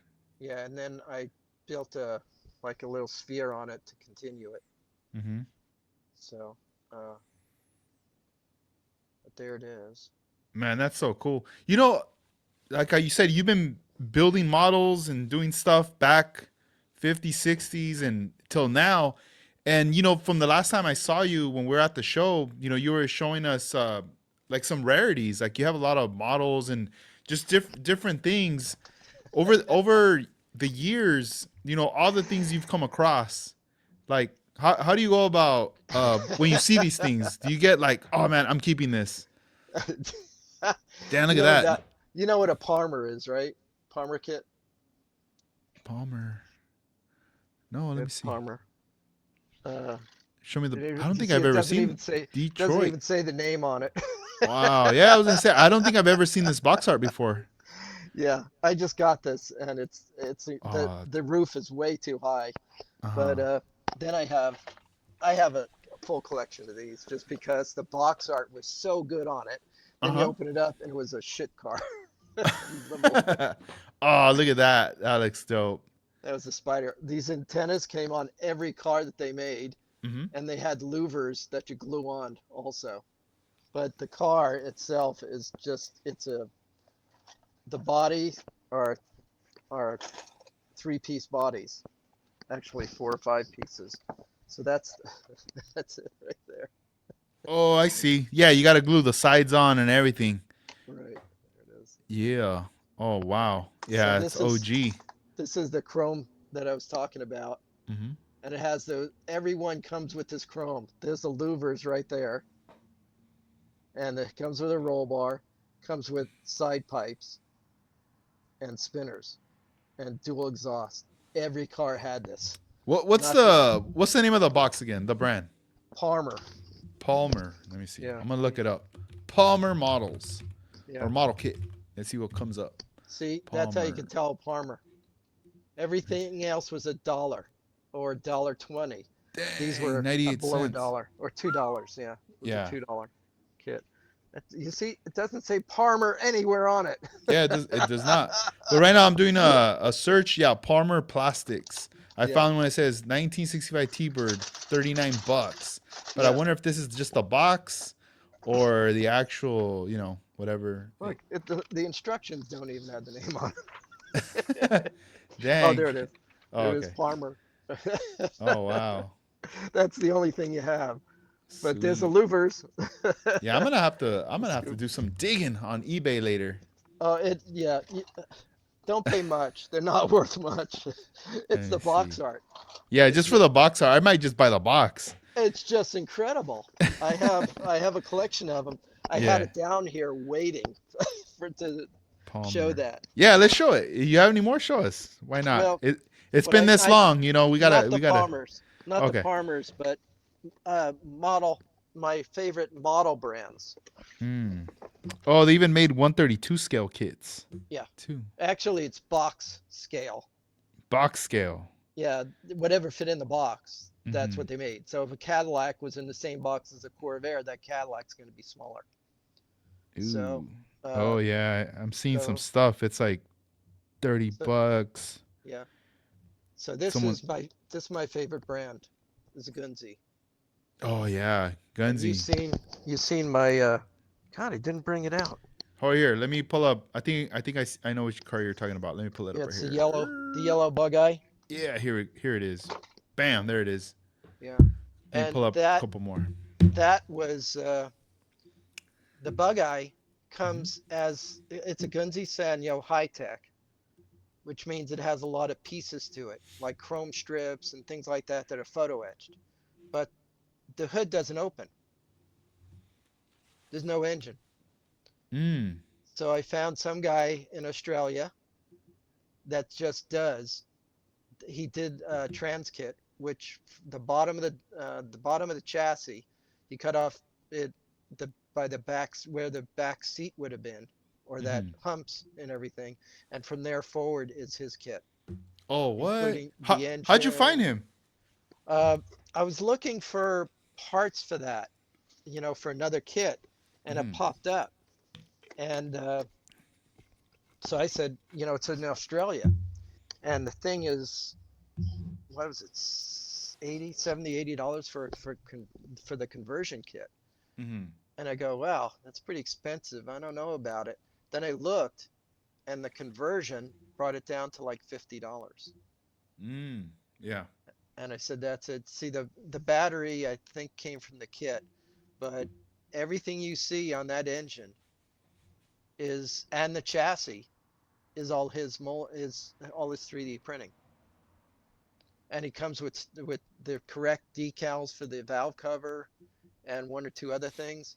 Hmm. And so you're looking at the front end right now without the hood on it, but you have one with the hood open. Yeah. It Let's goes pull that down one the up right here. side. Yeah. Yeah. So you see those little black things on the bottom of the hood, on the Yeah. inside of the hood. Those are locks that I made, so Mm. to line up every time. But the actual car, the one he also molds, is uh, springs on the front of the cowl. So everybody that has one of these does that so they could work on the engine instead of bunk hitting the head all the time. Hmm. So they do this. So he says, some guy asked me about it, and I don't know. I'm a designer. I don't really build that much. He says, how did you do that? So basically, I just built a U hinge, on it. It's just you bend the wire and you have a piece of plastic in the center, and you glue down the ends and the plastic, and it just, you know, swivels on that mount. But you see, like the gas tank has a rubber on it. That's part of the kit. That's how detailed it has. Like rubber parts, it has photo etch parts. It has see, there's the hinge showing right there at right below the grill hole. But that's all detail painting. The carburetors, everything, it's just detail painting. That's all it is. The engine was so good, there was nothing to do. He built, it doesn't show on here, but there's like a pipe on the right side, and he completely printed that, and it's just beautiful. It's like a heater hose type of looking thing, and it's just absolutely beautiful. I saw that and I go, I'm in love with this thing. And the kit is so good. Do you have a shot of the interior? Did I shoot you one of the interior? No, from the other side, from the back side. I don't know if I shot you one, but the dashboard is completely painted. I did a burlwood on it. I researched on the internet how to do burlwood. You could barely see it in that one.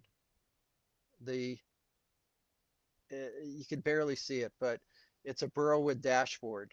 And I did a looked at it, and you put a black spot, and then around it you put brown spots, and then you kind of mess with it a little bit.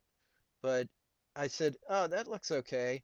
Then I put on Tamiya clear orange on it, and it popped right off the bat. It looks like a real burlwood paint job. So burlwood is a dead, rotting wood. So you sand it, and it comes up with this great pattern and everything. So that that's how the burlwood is made. The doors are like that. Uh, the yellow part is photo etch, so it has a cavity, which is what the actual car has. So then you paint the background, which was rubber, so I painted it in a leather color. And then the doors were painted the body color.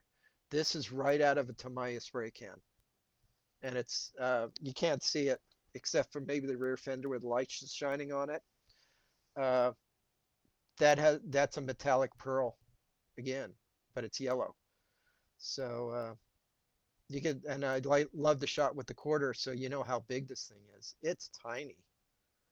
It's 1/24 scale, but that's how big it is. That's a Hot Wheel motorcycle beside it. Yeah, I remember seeing this model at the show Uh-huh. when at one of the I think it was one of the SoCal Open Yeah. shows, Yeah. and you had it on like this like platform base Right. when you brought it over, Right. and I was trying to look through my phone to see if I had any photos. It might, but I think I have it in a hard drive because I do remember you showing me that right there, and I was like, yo, like this is tiny. This is Yeah. really cool. Like it was very detailed. I was like, man, what the hell? Like, Yeah. It's all printed. All the wow. detail was printed on it, and it's just a really took out a very fine brush and was painting with a very fine brush and everything. Hmm. So anyway, that's a Gunzi, high tech. If you find those were back in the 90s or Hmm. 80s. Those were like $70 for a kit. Dang, that's a So, lot. but it has a lot to it. Yeah. That's why. So the next kind of this is this another Gunzi, but I love two CVs. And there's the Fiat that I built too behind it. But this thing, it was kind of amazing. It has the Mhm. regular car that they make two versions of. They made the original version, and it's a later version that doesn't have this hood. And there's another window in the back. This kit comes that way with that body.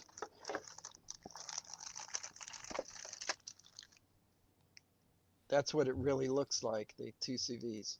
It's the light is Oh, it looks so neat. bright. It's called the Deux Chevaux. Let me go down. So anyway, that's a Deux Chevaux. Front. Uh, this was one of first front wheel drive cars. It's a two-cylinder, flat opposed, like a Porsche or a Volkswagen or a Corvair. They're flat opposed.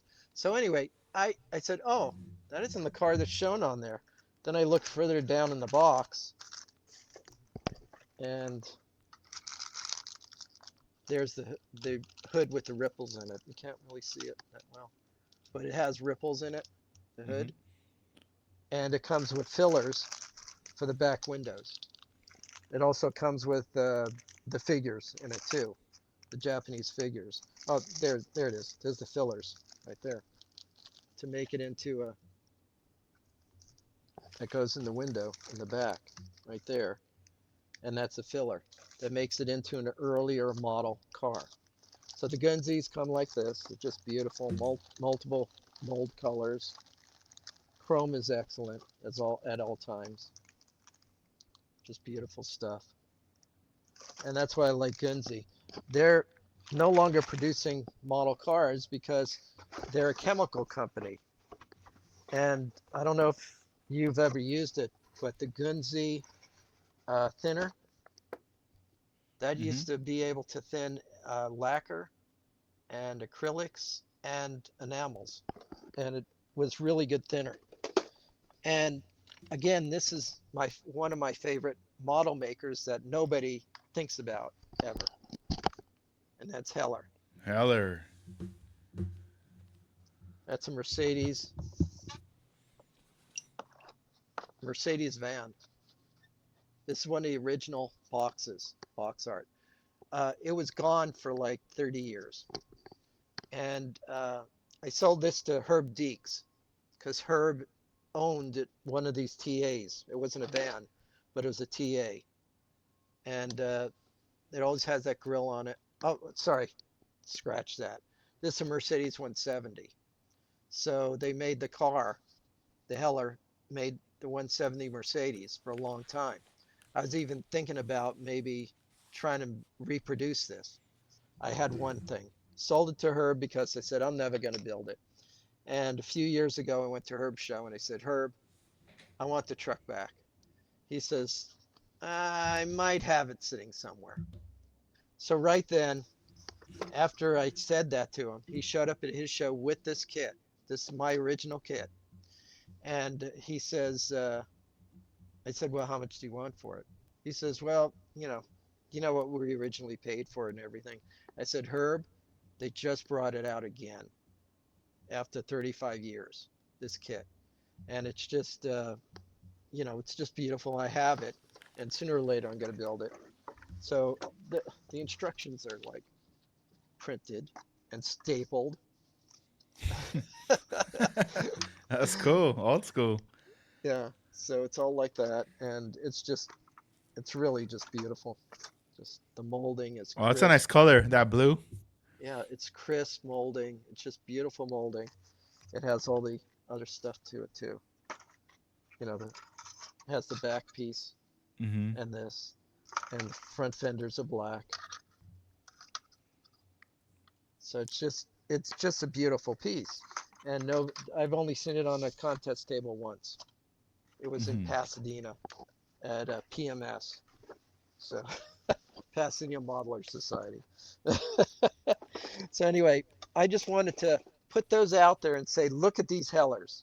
The Hellers are really good, and they're somebody bought a piece of Heller, and so they're turning out Hellers now again.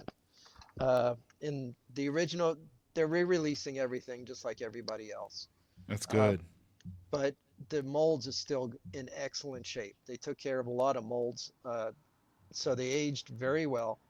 That van has been away for a long time, so they haven't used it. So Mm-hmm. it's very rare to find that kit whatsoever.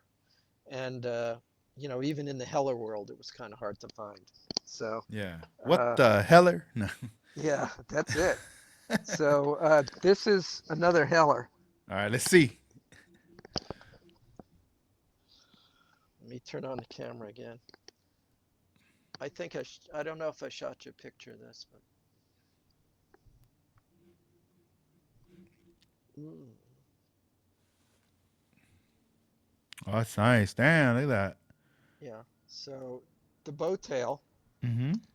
This is done with veneer, very thin paper veneer. You used to be able to get it in like what was something like Hobby Lobby.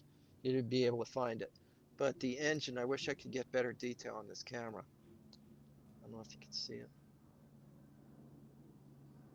but especially the fan belt. I don't know.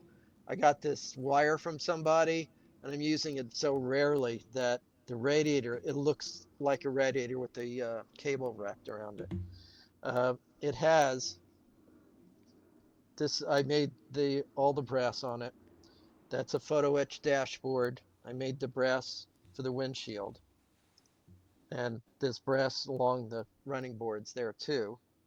Uh, the wheels came from a kit, but when you turn it over, This is solder. The headers are solder. So, and then I made, these are just like pieces from when you do, um, like, I don't know. It's on a lot of things, on a lot of different cables and everything. So the diff is an independent diff. All the parts, the front end came from a different car, but all the parts are SHO, Ford SHO. So it's a V6. And then I just put carburetor on top. Now the carburetor, can't see it that well. This camera sucks. Let me pull up a couple photos for you real quick. Let Oh, me you see. have the photos. I Okay. have. I found this one and another one. Yeah. So Let's see. that's a white metal carburetor. It was cast in white metal. It used to be available from R&D Unique or something. So it just looks incredible. Then I put also, you see on the what would be the left side of your photo, you'll see a photo filter. There's a filter, a gas filter there. And at the time, the best thing you could do is use a resistor, electronic resistor. And that's what that is. It's orange, black, and it has stripes on it. So that's, again, that's just electronic piece. The wires were done. I did the wires on it. Uh, Then that's I it. have the bottom shot right V6. here too. Is this the Yep. same one, right? Or Yeah. no? Yep. Okay. Yep. Yep. So that's the suspension from the SHO, which is an independent suspension. The front is just from Model T or from even the Kid. I forget what. But the pipes were all bent from solder. So, uh, and it's very pliable. If you use the solder, it's very pliable. And those are like brass pieces that you could find almost anywhere in like a jewelry supply stuff. Yeah. But this is, again, this is so tiny. This is almost the size of the bug eye. So let me turn. You got my camera. So Yeah. let me Yeah. show you. Uh, I have your one of your stickers. Oh, nice. Oh, cool. It's just plastic. Yeah. So that's how you know the size of your sticker. Oh, what? There you go. So that's how big it is. You're on stickers how big they are. Yeah. That's how big the car is. It's Oh man. tiny. Yeah, it's And small. there's a door here. Hmm. There isn't one on the other side. Oh, so you can only get in from one side. Right. Then it's called a Citroen Trevo Oh, uh, cool. for three. You know. Citron Treble. Okay. Yeah, but it's a bow tail, Uh huh. and I don't have the roof out, but the roof is like a convertible roof that goes over it, and the seats were just done with That's so cool, man. yeah. So Yeah, I always like that. You always add something different to your builds. Like there's yeah, always like some detail. There's always something that I'm like, wait, what? Like I didn't notice it, and then you like point it out yeah. right You there. can't see the headlights, can you? They're bulbs. There's yellow bulbs on the inside of them, and that's pinheads that I did that with. Oh, that's cool. So and purple. I had to go purple, I guess. The Yeah. the blue was water base. Uh, Tamaya, I think it was. It was water base. So that blue is just a beautiful blue, and it went great with all the wood and everything. And this is veneer. Did the, like I said, just got brass and wrapped it around and got eyelids. So the back view is really good because I don't know, you can't see it, the license plate, but it says all gone on it, which I have an actual license plate hanging on my garage from one of my Corvairs. Hmm. It's ALGON. So from my name, Al Gonick. So That's anyway, cool. and then last that you had, you know, nobody goes near this thing at a show. They don't know what to think about it. So, Oh, I've seen this model before that you've brought out. Yeah, tell us about your model. okay.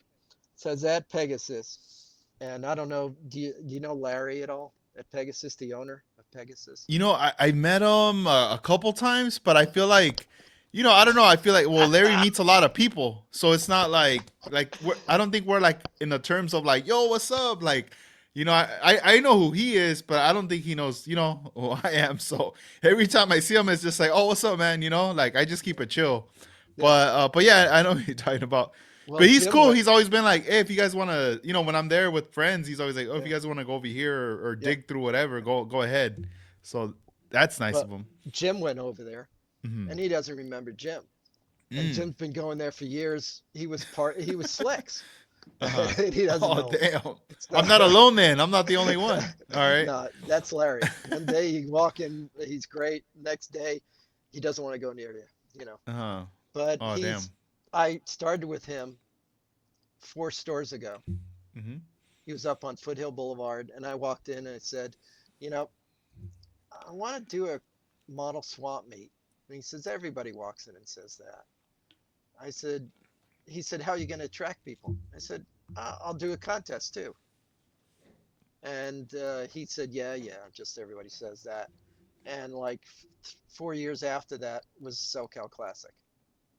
And SoCal Classic acted for Pegasus in a way that it was one of the better days outside of Christmas for sales because people would come in from all over the place. So from Arizona, from Nevada, from San Diego, San Francisco. So they all knew that Pegasus was, a few blocks away. So they went to Pegasus and they would buy tons of stuff from him. So he got to know me pretty good. He knows my name. So I walked into Pegasus because I'm looking at 2 years till my retirement at the school. And I said, I'm going to work here when I retire. And he looks at me and he says, yeah, whatever, walks away. So then Tom walks up, and that's a co owner of Pegasus. He works in the RC area. And he says, just tell me the hours you want. It's There was no question about it. Hmm. So Tom's been there, and I've been involved with Pegasus for 40 years. So Wow. yeah. So anyway, this thing is just so weird. I just wanted, there's that engine again. I just reproduced it. And this one has better, it has more aluminum on it. The carburetors are, I forget where I got it. It might be Z's. I might have had another Z sitting around. But anyway, Larry was just putting shelves in that back area. I mean, putting up kits in that back area, that he buys from collections and everything. Hmm. And he puts down a helicopter. And I go, that thing's 124 scale, Larry. He goes, so? I said, I could put that on a truck chassis. So I went to Waste World, which Hmm. was like a Mad Max type of thing that happens up in the high desert. They throw up a cage just like in Mad Max and everything, and people wrestle, and they have weird vehicles all over the place. So I saw a Cessna mounted on a truck chassis, just a Cessna body. And I go, I got to do something like that. So I saw that helicopter and I said, I'll take that right now. you know. Yeah. So I knew what I was going to do with it. But then I got the 40 Ford and I extended that out so it fit all of this. And then I I didn't know it, the model of helicopter it was or anything. It was just a 124 scale. And it's the Magnum PI helicopter, Oh the same wow. model. Uh huh. So I said, oh, I know what I'm going to paint it with. I know how I'm going to paint it. So there's the Magnum PI paint job on it. And there's only two helicopters in 124 scale that I can locate. Now, that's me. As somebody that knows military and everything probably knows better than I do about it. But I had this, so I did it.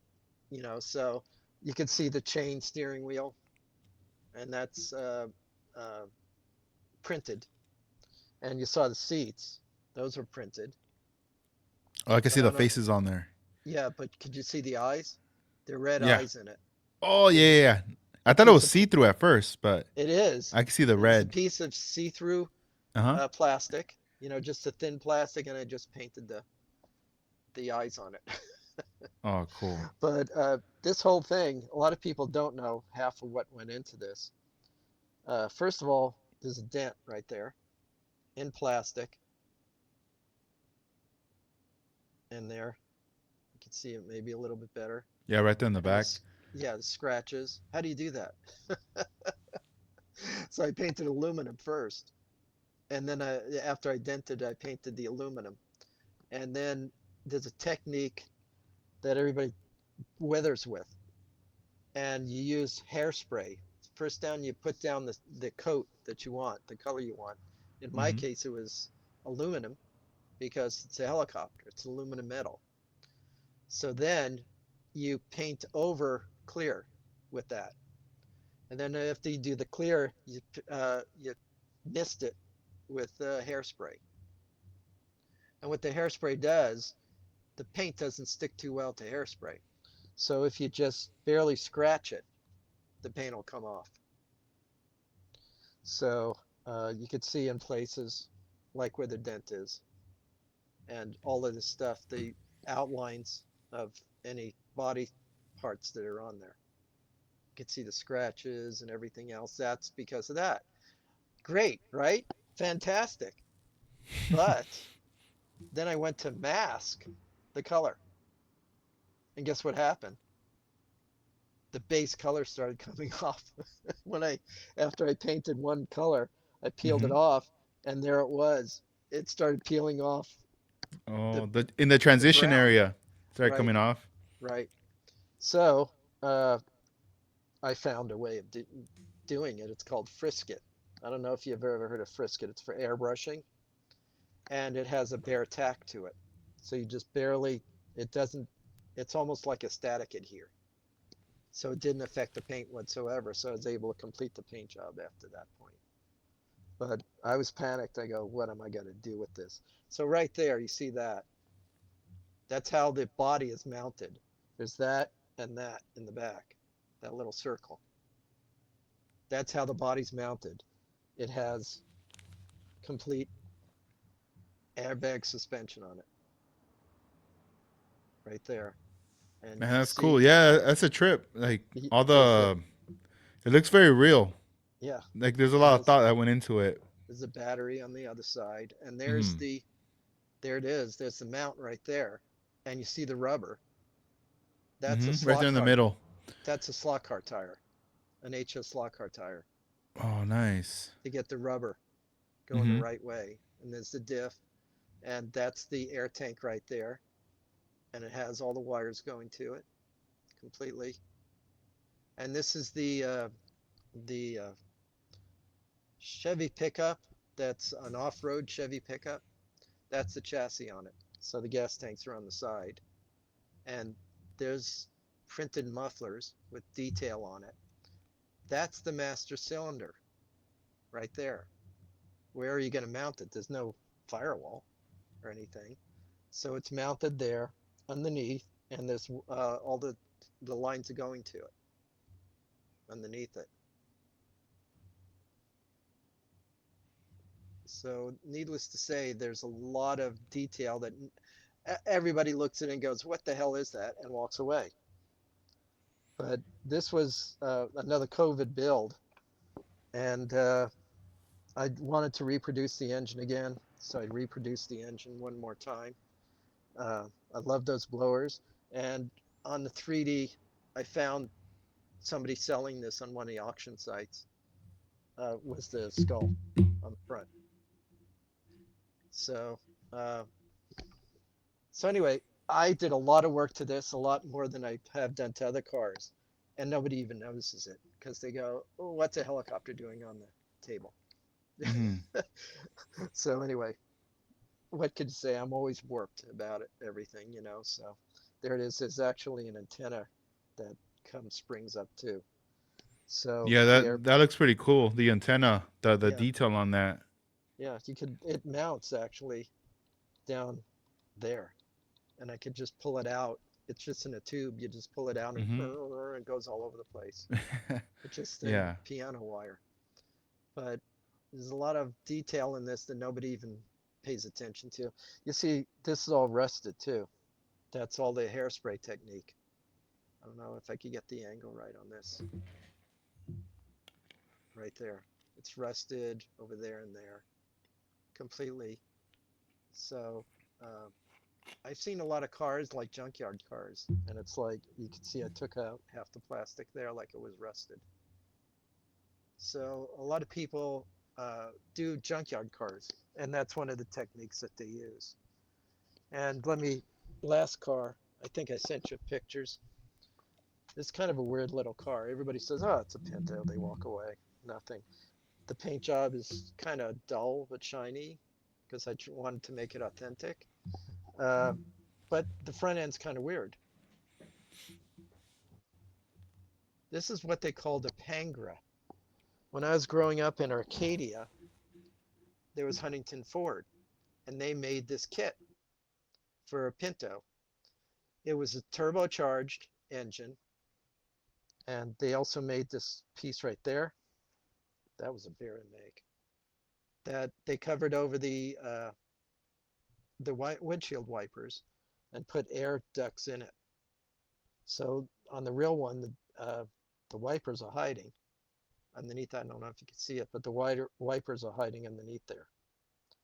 And so uh, I scribed all of this, just the detail. I have the paperwork around actually somewhere to show what it should look like. I have sales brochures and everything else. So, um, so there's the engine, and it has a turbocharger on it. It's almost like an SVO engine, a Ford SVO Mustang. It's a four-cylinder turbocharged, but the head had O-rings in it instead of head gaskets because of the turbocharging. The engine wasn't made for a turbocharger. So, but the hood has been completely extended to fit the whole body. I made the bumpers. That was the first time I used chrome paint. Then finding this grill was almost impossible. The Pinto that you get on the shelf is a 74. 74. These are 72. The back, the whole back end is a 72. I lost the lens. The whole back end is 72. So is the front grill. So I had to find it. Couldn't find it anywhere. So I made the pipes out of aluminum, just aluminum, and the interior is the important part. They changed the dashboard, and it matches the dashboard. Now I bought a piece of reference for it as I'm doing it. And I started looking at it, and I said, I know that name. And I started looking. He says of Temple City, California. So I went to school with the owner of the Pangra that's in Temple City. I went to school with him for like 2 years because I was a sophomore and a junior. So, or sophomore and a freshman. So anyway, there was a reunion coming up, and I brought it out to him. He said, "How did you get the interior so good?" I said, "From your pictures." So he was just looking at it. He couldn't believe it. There's 5 Pangras that are actually on the road. That's from the official Pinto Club, Club of America. And he owns 2 of them out of 5 that are still running in the country. So, so it's kind of cool, really cool that he That's said dope. that. How did you get it? Mm-hmm. So all this was made. There's no headlights there because they're over here. So I had to make this whole surround right there completely, and it fit the grill along with the extended hood. So it's a Pangra. Now you know what a Pangra is. They're not, you won't see any ever. But anybody that knows the Pangra will know that's a Pangra. So No, that's anyway, cool. I I wanted I to. um I have a couple questions that Sure. I've been saving. Okay. Well, real quick, let me give a shout out real quick to everyone who's on the live Oh because yeah, yeah, I know there's a lot of homies on here. Let's see, Stephen Kessel, yeah. Slowly Models, Tom Tom, OmniWorks, Jarvis Malone, Ad Yes. Rock. We also got Armando Flores, Model Car 1589, Bullet 87, Juan Amesqua. Let's see, let's keep going down. Crow Customs, Carlos Avalar. Let's see. Mars Garage. What up? What up? And then also Magnum Rockstar One. All right, so I got a couple questions. The first one, this is early on in the beginning of the podcast. You were showing us the tool, and AdRock Carnut had asked, "I'm curious, what website did you get the Sonic knife?" Oh, they're all over the place. If you go on Amazon, uh, I got it from a weird place. It was a different, God, I can't even remember the name. The receipt was here somewhere. Jim had told me about it, and they had a really good sale. Like I said, it's $77. I don't know if I could bring it up, uh, but they're all over the place. You go to Amazon or any of the sales. Timu has them. Uh, then this, God, I can't remember the name of the place. I'll think about it in a second. Cool. And So, then I but got they're all over the place. You can get them all over the place. You just look up, a Sonic knife, Sonic and it'll knife. show up. Yeah, Dope. And I and got the different companies, but it's the same unit. Just they company probably all look names. the same on They there. are. Just They're the different same. sticker labeling right there. Yeah, exactly. And let's see. And I got one more. This is from Mars Garage. He asked, uh, "Did you ever finish your light blue '55 Ford F100?" He did mention Oh, Pegasus Hobby, so I don't know if it oh, was maybe something you maybe oh, brought to the meeting. Um, 51. he Yeah. says he saw you last time he saw you was at Pegasus Hobbies. That's what he said in the Ah, comments. oh, that is the car that hates me, the model that Uh hates me. oh. Every time I pick it up, it breaks the front axle on one wheel or the other. And if Hmm. it doesn't do that, it'll break it on the back wheel. And that it's called Shorty. I call it Shorty. It's periwinkle is the color of the car. It's Shorty because I really shortened the bed on it. Yeah. And the And he paint says is 2 years ago. I think the last time he saw it. the paint is that's the last time I put it together. That isn't Oh what? no more. I try to Yeah. take it to a show and it just keeps falling apart. Oh That is the dang. model from hell for me. Thank you. Oh, you have nightmares tonight now. Yeah, I saw it tonight in a box and I go, oh, and pushed it away. That's it. No, I remember back then having those models that I would like run into problems, and I'm like, all right, cool. I'm gonna set you down. I'm gonna open up another one, and then I keep doing that, and then next thing I had like a stack of models, and they were always out, and I was like, why do I keep looking at them? Let me put them away. So then I started putting them in the closet, like far where I won't see them, and then I started just keeping more of the fresh kits or current project that I was having a lot of fun with, not the headaches. I would put those away. Yeah, I know what So they are. Everybody has them. No, yeah. no matter what you try, it doesn't work. Hmm. Or like the body work on that Ford truck, I'm crushed because the Yeah. body work is showing.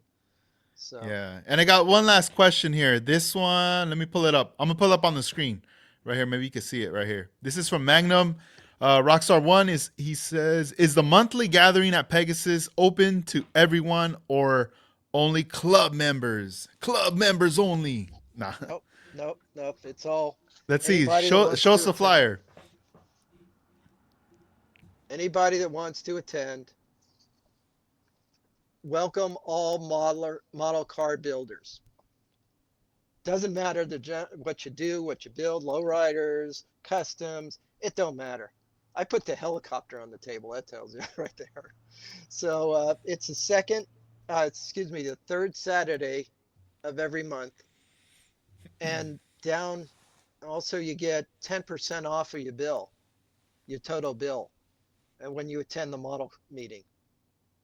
So so that's the dates. They're backwards, but January 17th is the next one, and then February 12th, March 21st, and April 18th at 3 p.m. Larry wanted to get out of there to close Pegasus. So he says, I want to watch hockey. So you got to get out of here. So, so anyway, I have an email on there, but nobody ever goes to it. I'm on Facebook. You can get a hold of me anytime, on Facebook. It's under my name, Alan Gonick. There's also a website for the Plastic Cruisers Model Car Club. Uh, so anyway, if you know where Pegasus is, it's in Upland now. It isn't in Montclair anymore, and that's that's all of it right there. Yeah, and everybody's Awesome. welcome. Everybody's always welcome, no matter what level, no matter how long you've been in it, how short you've been in it. Yeah. You're all welcome to sit down.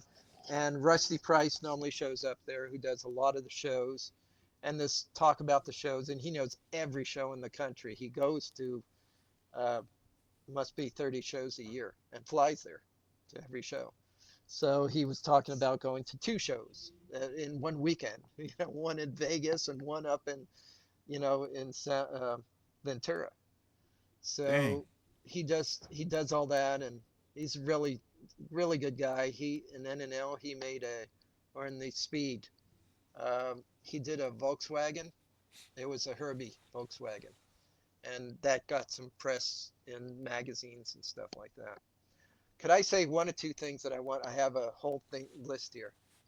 Uh, um, Everybody, you know that I did the SoCal Classic. That was it. So it's important to research and find history of different things, different engines, different suspensions, and the car itself. The designers of the car, people like Raymond Loewy uh, and Teague. He did the Chrysler forward-looking cars, Dodge Darts, the ones with big fins on the back, the Furies and everything. He did all that. The other one, excuse me, that was Exner that did that. uh, did the Chrysler. So look up Exner, look up what he did. Raymond Loewy, look up what he did. He coined the term industrial design.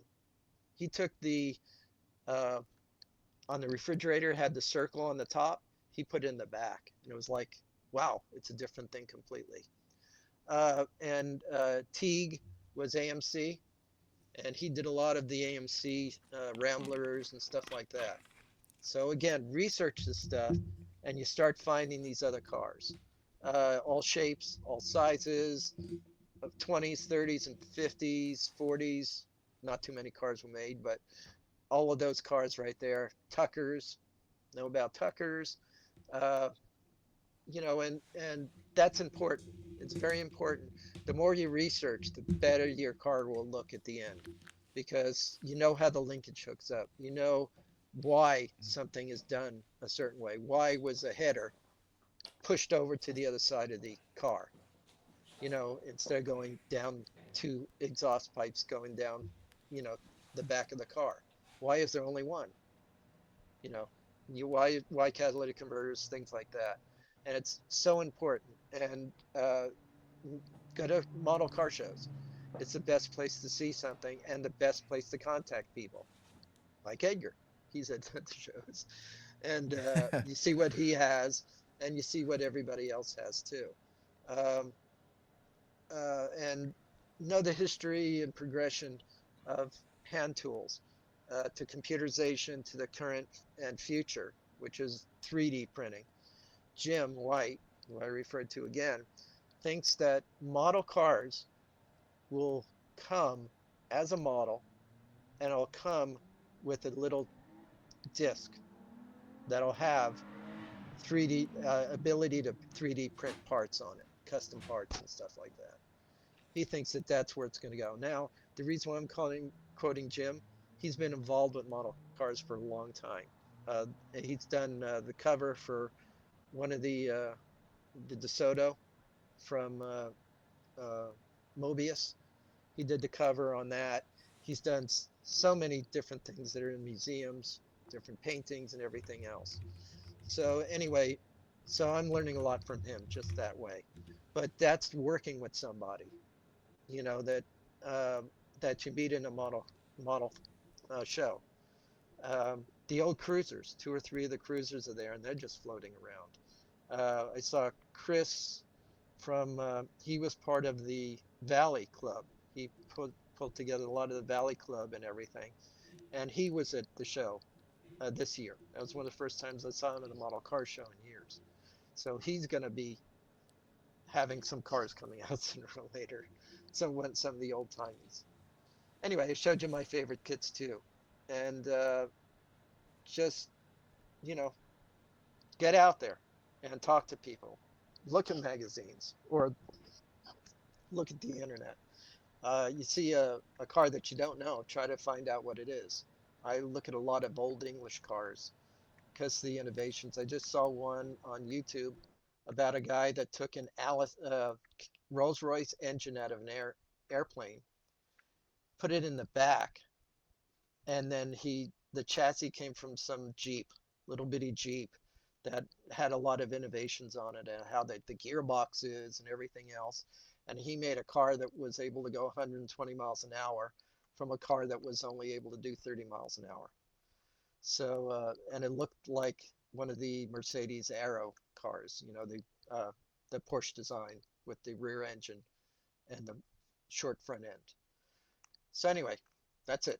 I just wanted to say those words and research, find anything on YouTube that's old English or even 50s English or whatever else.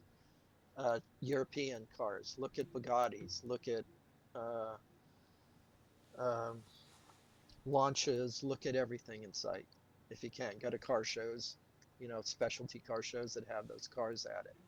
So when Jay Leno rose up, that he's rolling up in a car that had a airplane engine in it. So, uh, so anyway, that's what I have to say. Awesome, awesome. Nah, thank you, Alan. Well, Yeah, that's gonna wrap up this episode right here. This was awesome, man. It was just cool. I know it's been some time since we last did a podcast, but I feel like this was a really good one. You hey, have a lot of knowledge on stuff. one more thing. You had the OGs on. You remember you had an OG with David Anthony and everybody else. Oh yeah. Yeah, yeah. I'm going, where am I? They're not mentioning me. Because before there were OGs, there was AG. Right. Oh, hey, bust out the hat. Remember the where's it There it at? is. Let's see. Yeah. This is dope. Ooh, look at that right there. So you could see my articles. They were big articles about paint, about um tools to use, the kits that, you know, you open up a Lowrider Bicycle Magazine I wrote for about 2 years. So you'll see some stuff in there. So, That's awesome. yeah. No, that's so cool. Yeah, I'm gonna. One of these days, man, I gotta link up with you. I gotta pay you a visit. I feel like you got like your own museum in your spot. I'm gonna be like, Yeah. oh man, Look at the garbage behind me. nah, it's not garbage. Nah, I'm It's gonna I'm all, gonna have to link up with you. Maybe I'll go live. I'll be like, all right, guys, we're here. no, Let no, me. no. It's We're too gonna much of see a mess. everything. Way too much of a mess. Yeah. My Dang. room with the 3D printer is just, I could barely walk in because I'm Hmm. transitioning from one 3D printer that I bought from Jim to a brand new one that's coming Oh, in a damn. few days. There's Yeah. another thing I'm working with, which is Cricut, Oh, I've Cricut heard of cricket. machines. Yeah. It's a cutting machine. Hmm. Guess what you can cut? Everything. Your chrome Yeah. strips for the side of the cars, Yep. the names for the cars. It's a very accurate cutting and it's computerized. So you could cut almost anything. So I'm playing with the Cricut and I have some ideas out there. So I go, a Nice. business. Yeah, So yeah, yeah. Bust out with some so, stuff so right anyway, there. and Jim has introduced me to a screwdriver, and Timu has had those shelves on it. And so anyway, talking too much. Awesome, awesome. No, thank you, man. Yeah, so this is gonna wrap up episode number 278. I want to thank everybody for joining us, for being here with us, hanging out and stuff. Hope you guys enjoyed the episode. I know I did. It was awesome. And yeah, man, we'll have to link up in the future, and I look forward to also seeing you at more future shows out here in Southern California as well. And, we'll go from there. I wish you a happy new year and everybody else a happy new year as well. Tomorrow, last day of 2025, and we got to welcome in the new year. Thank you for having me. It Yeah, was no, enjoyable, and I hope I helped somebody. no, thank you. Thank you. All right, guys. Well, everyone take care. Have a good one. All right. Peace out. Later.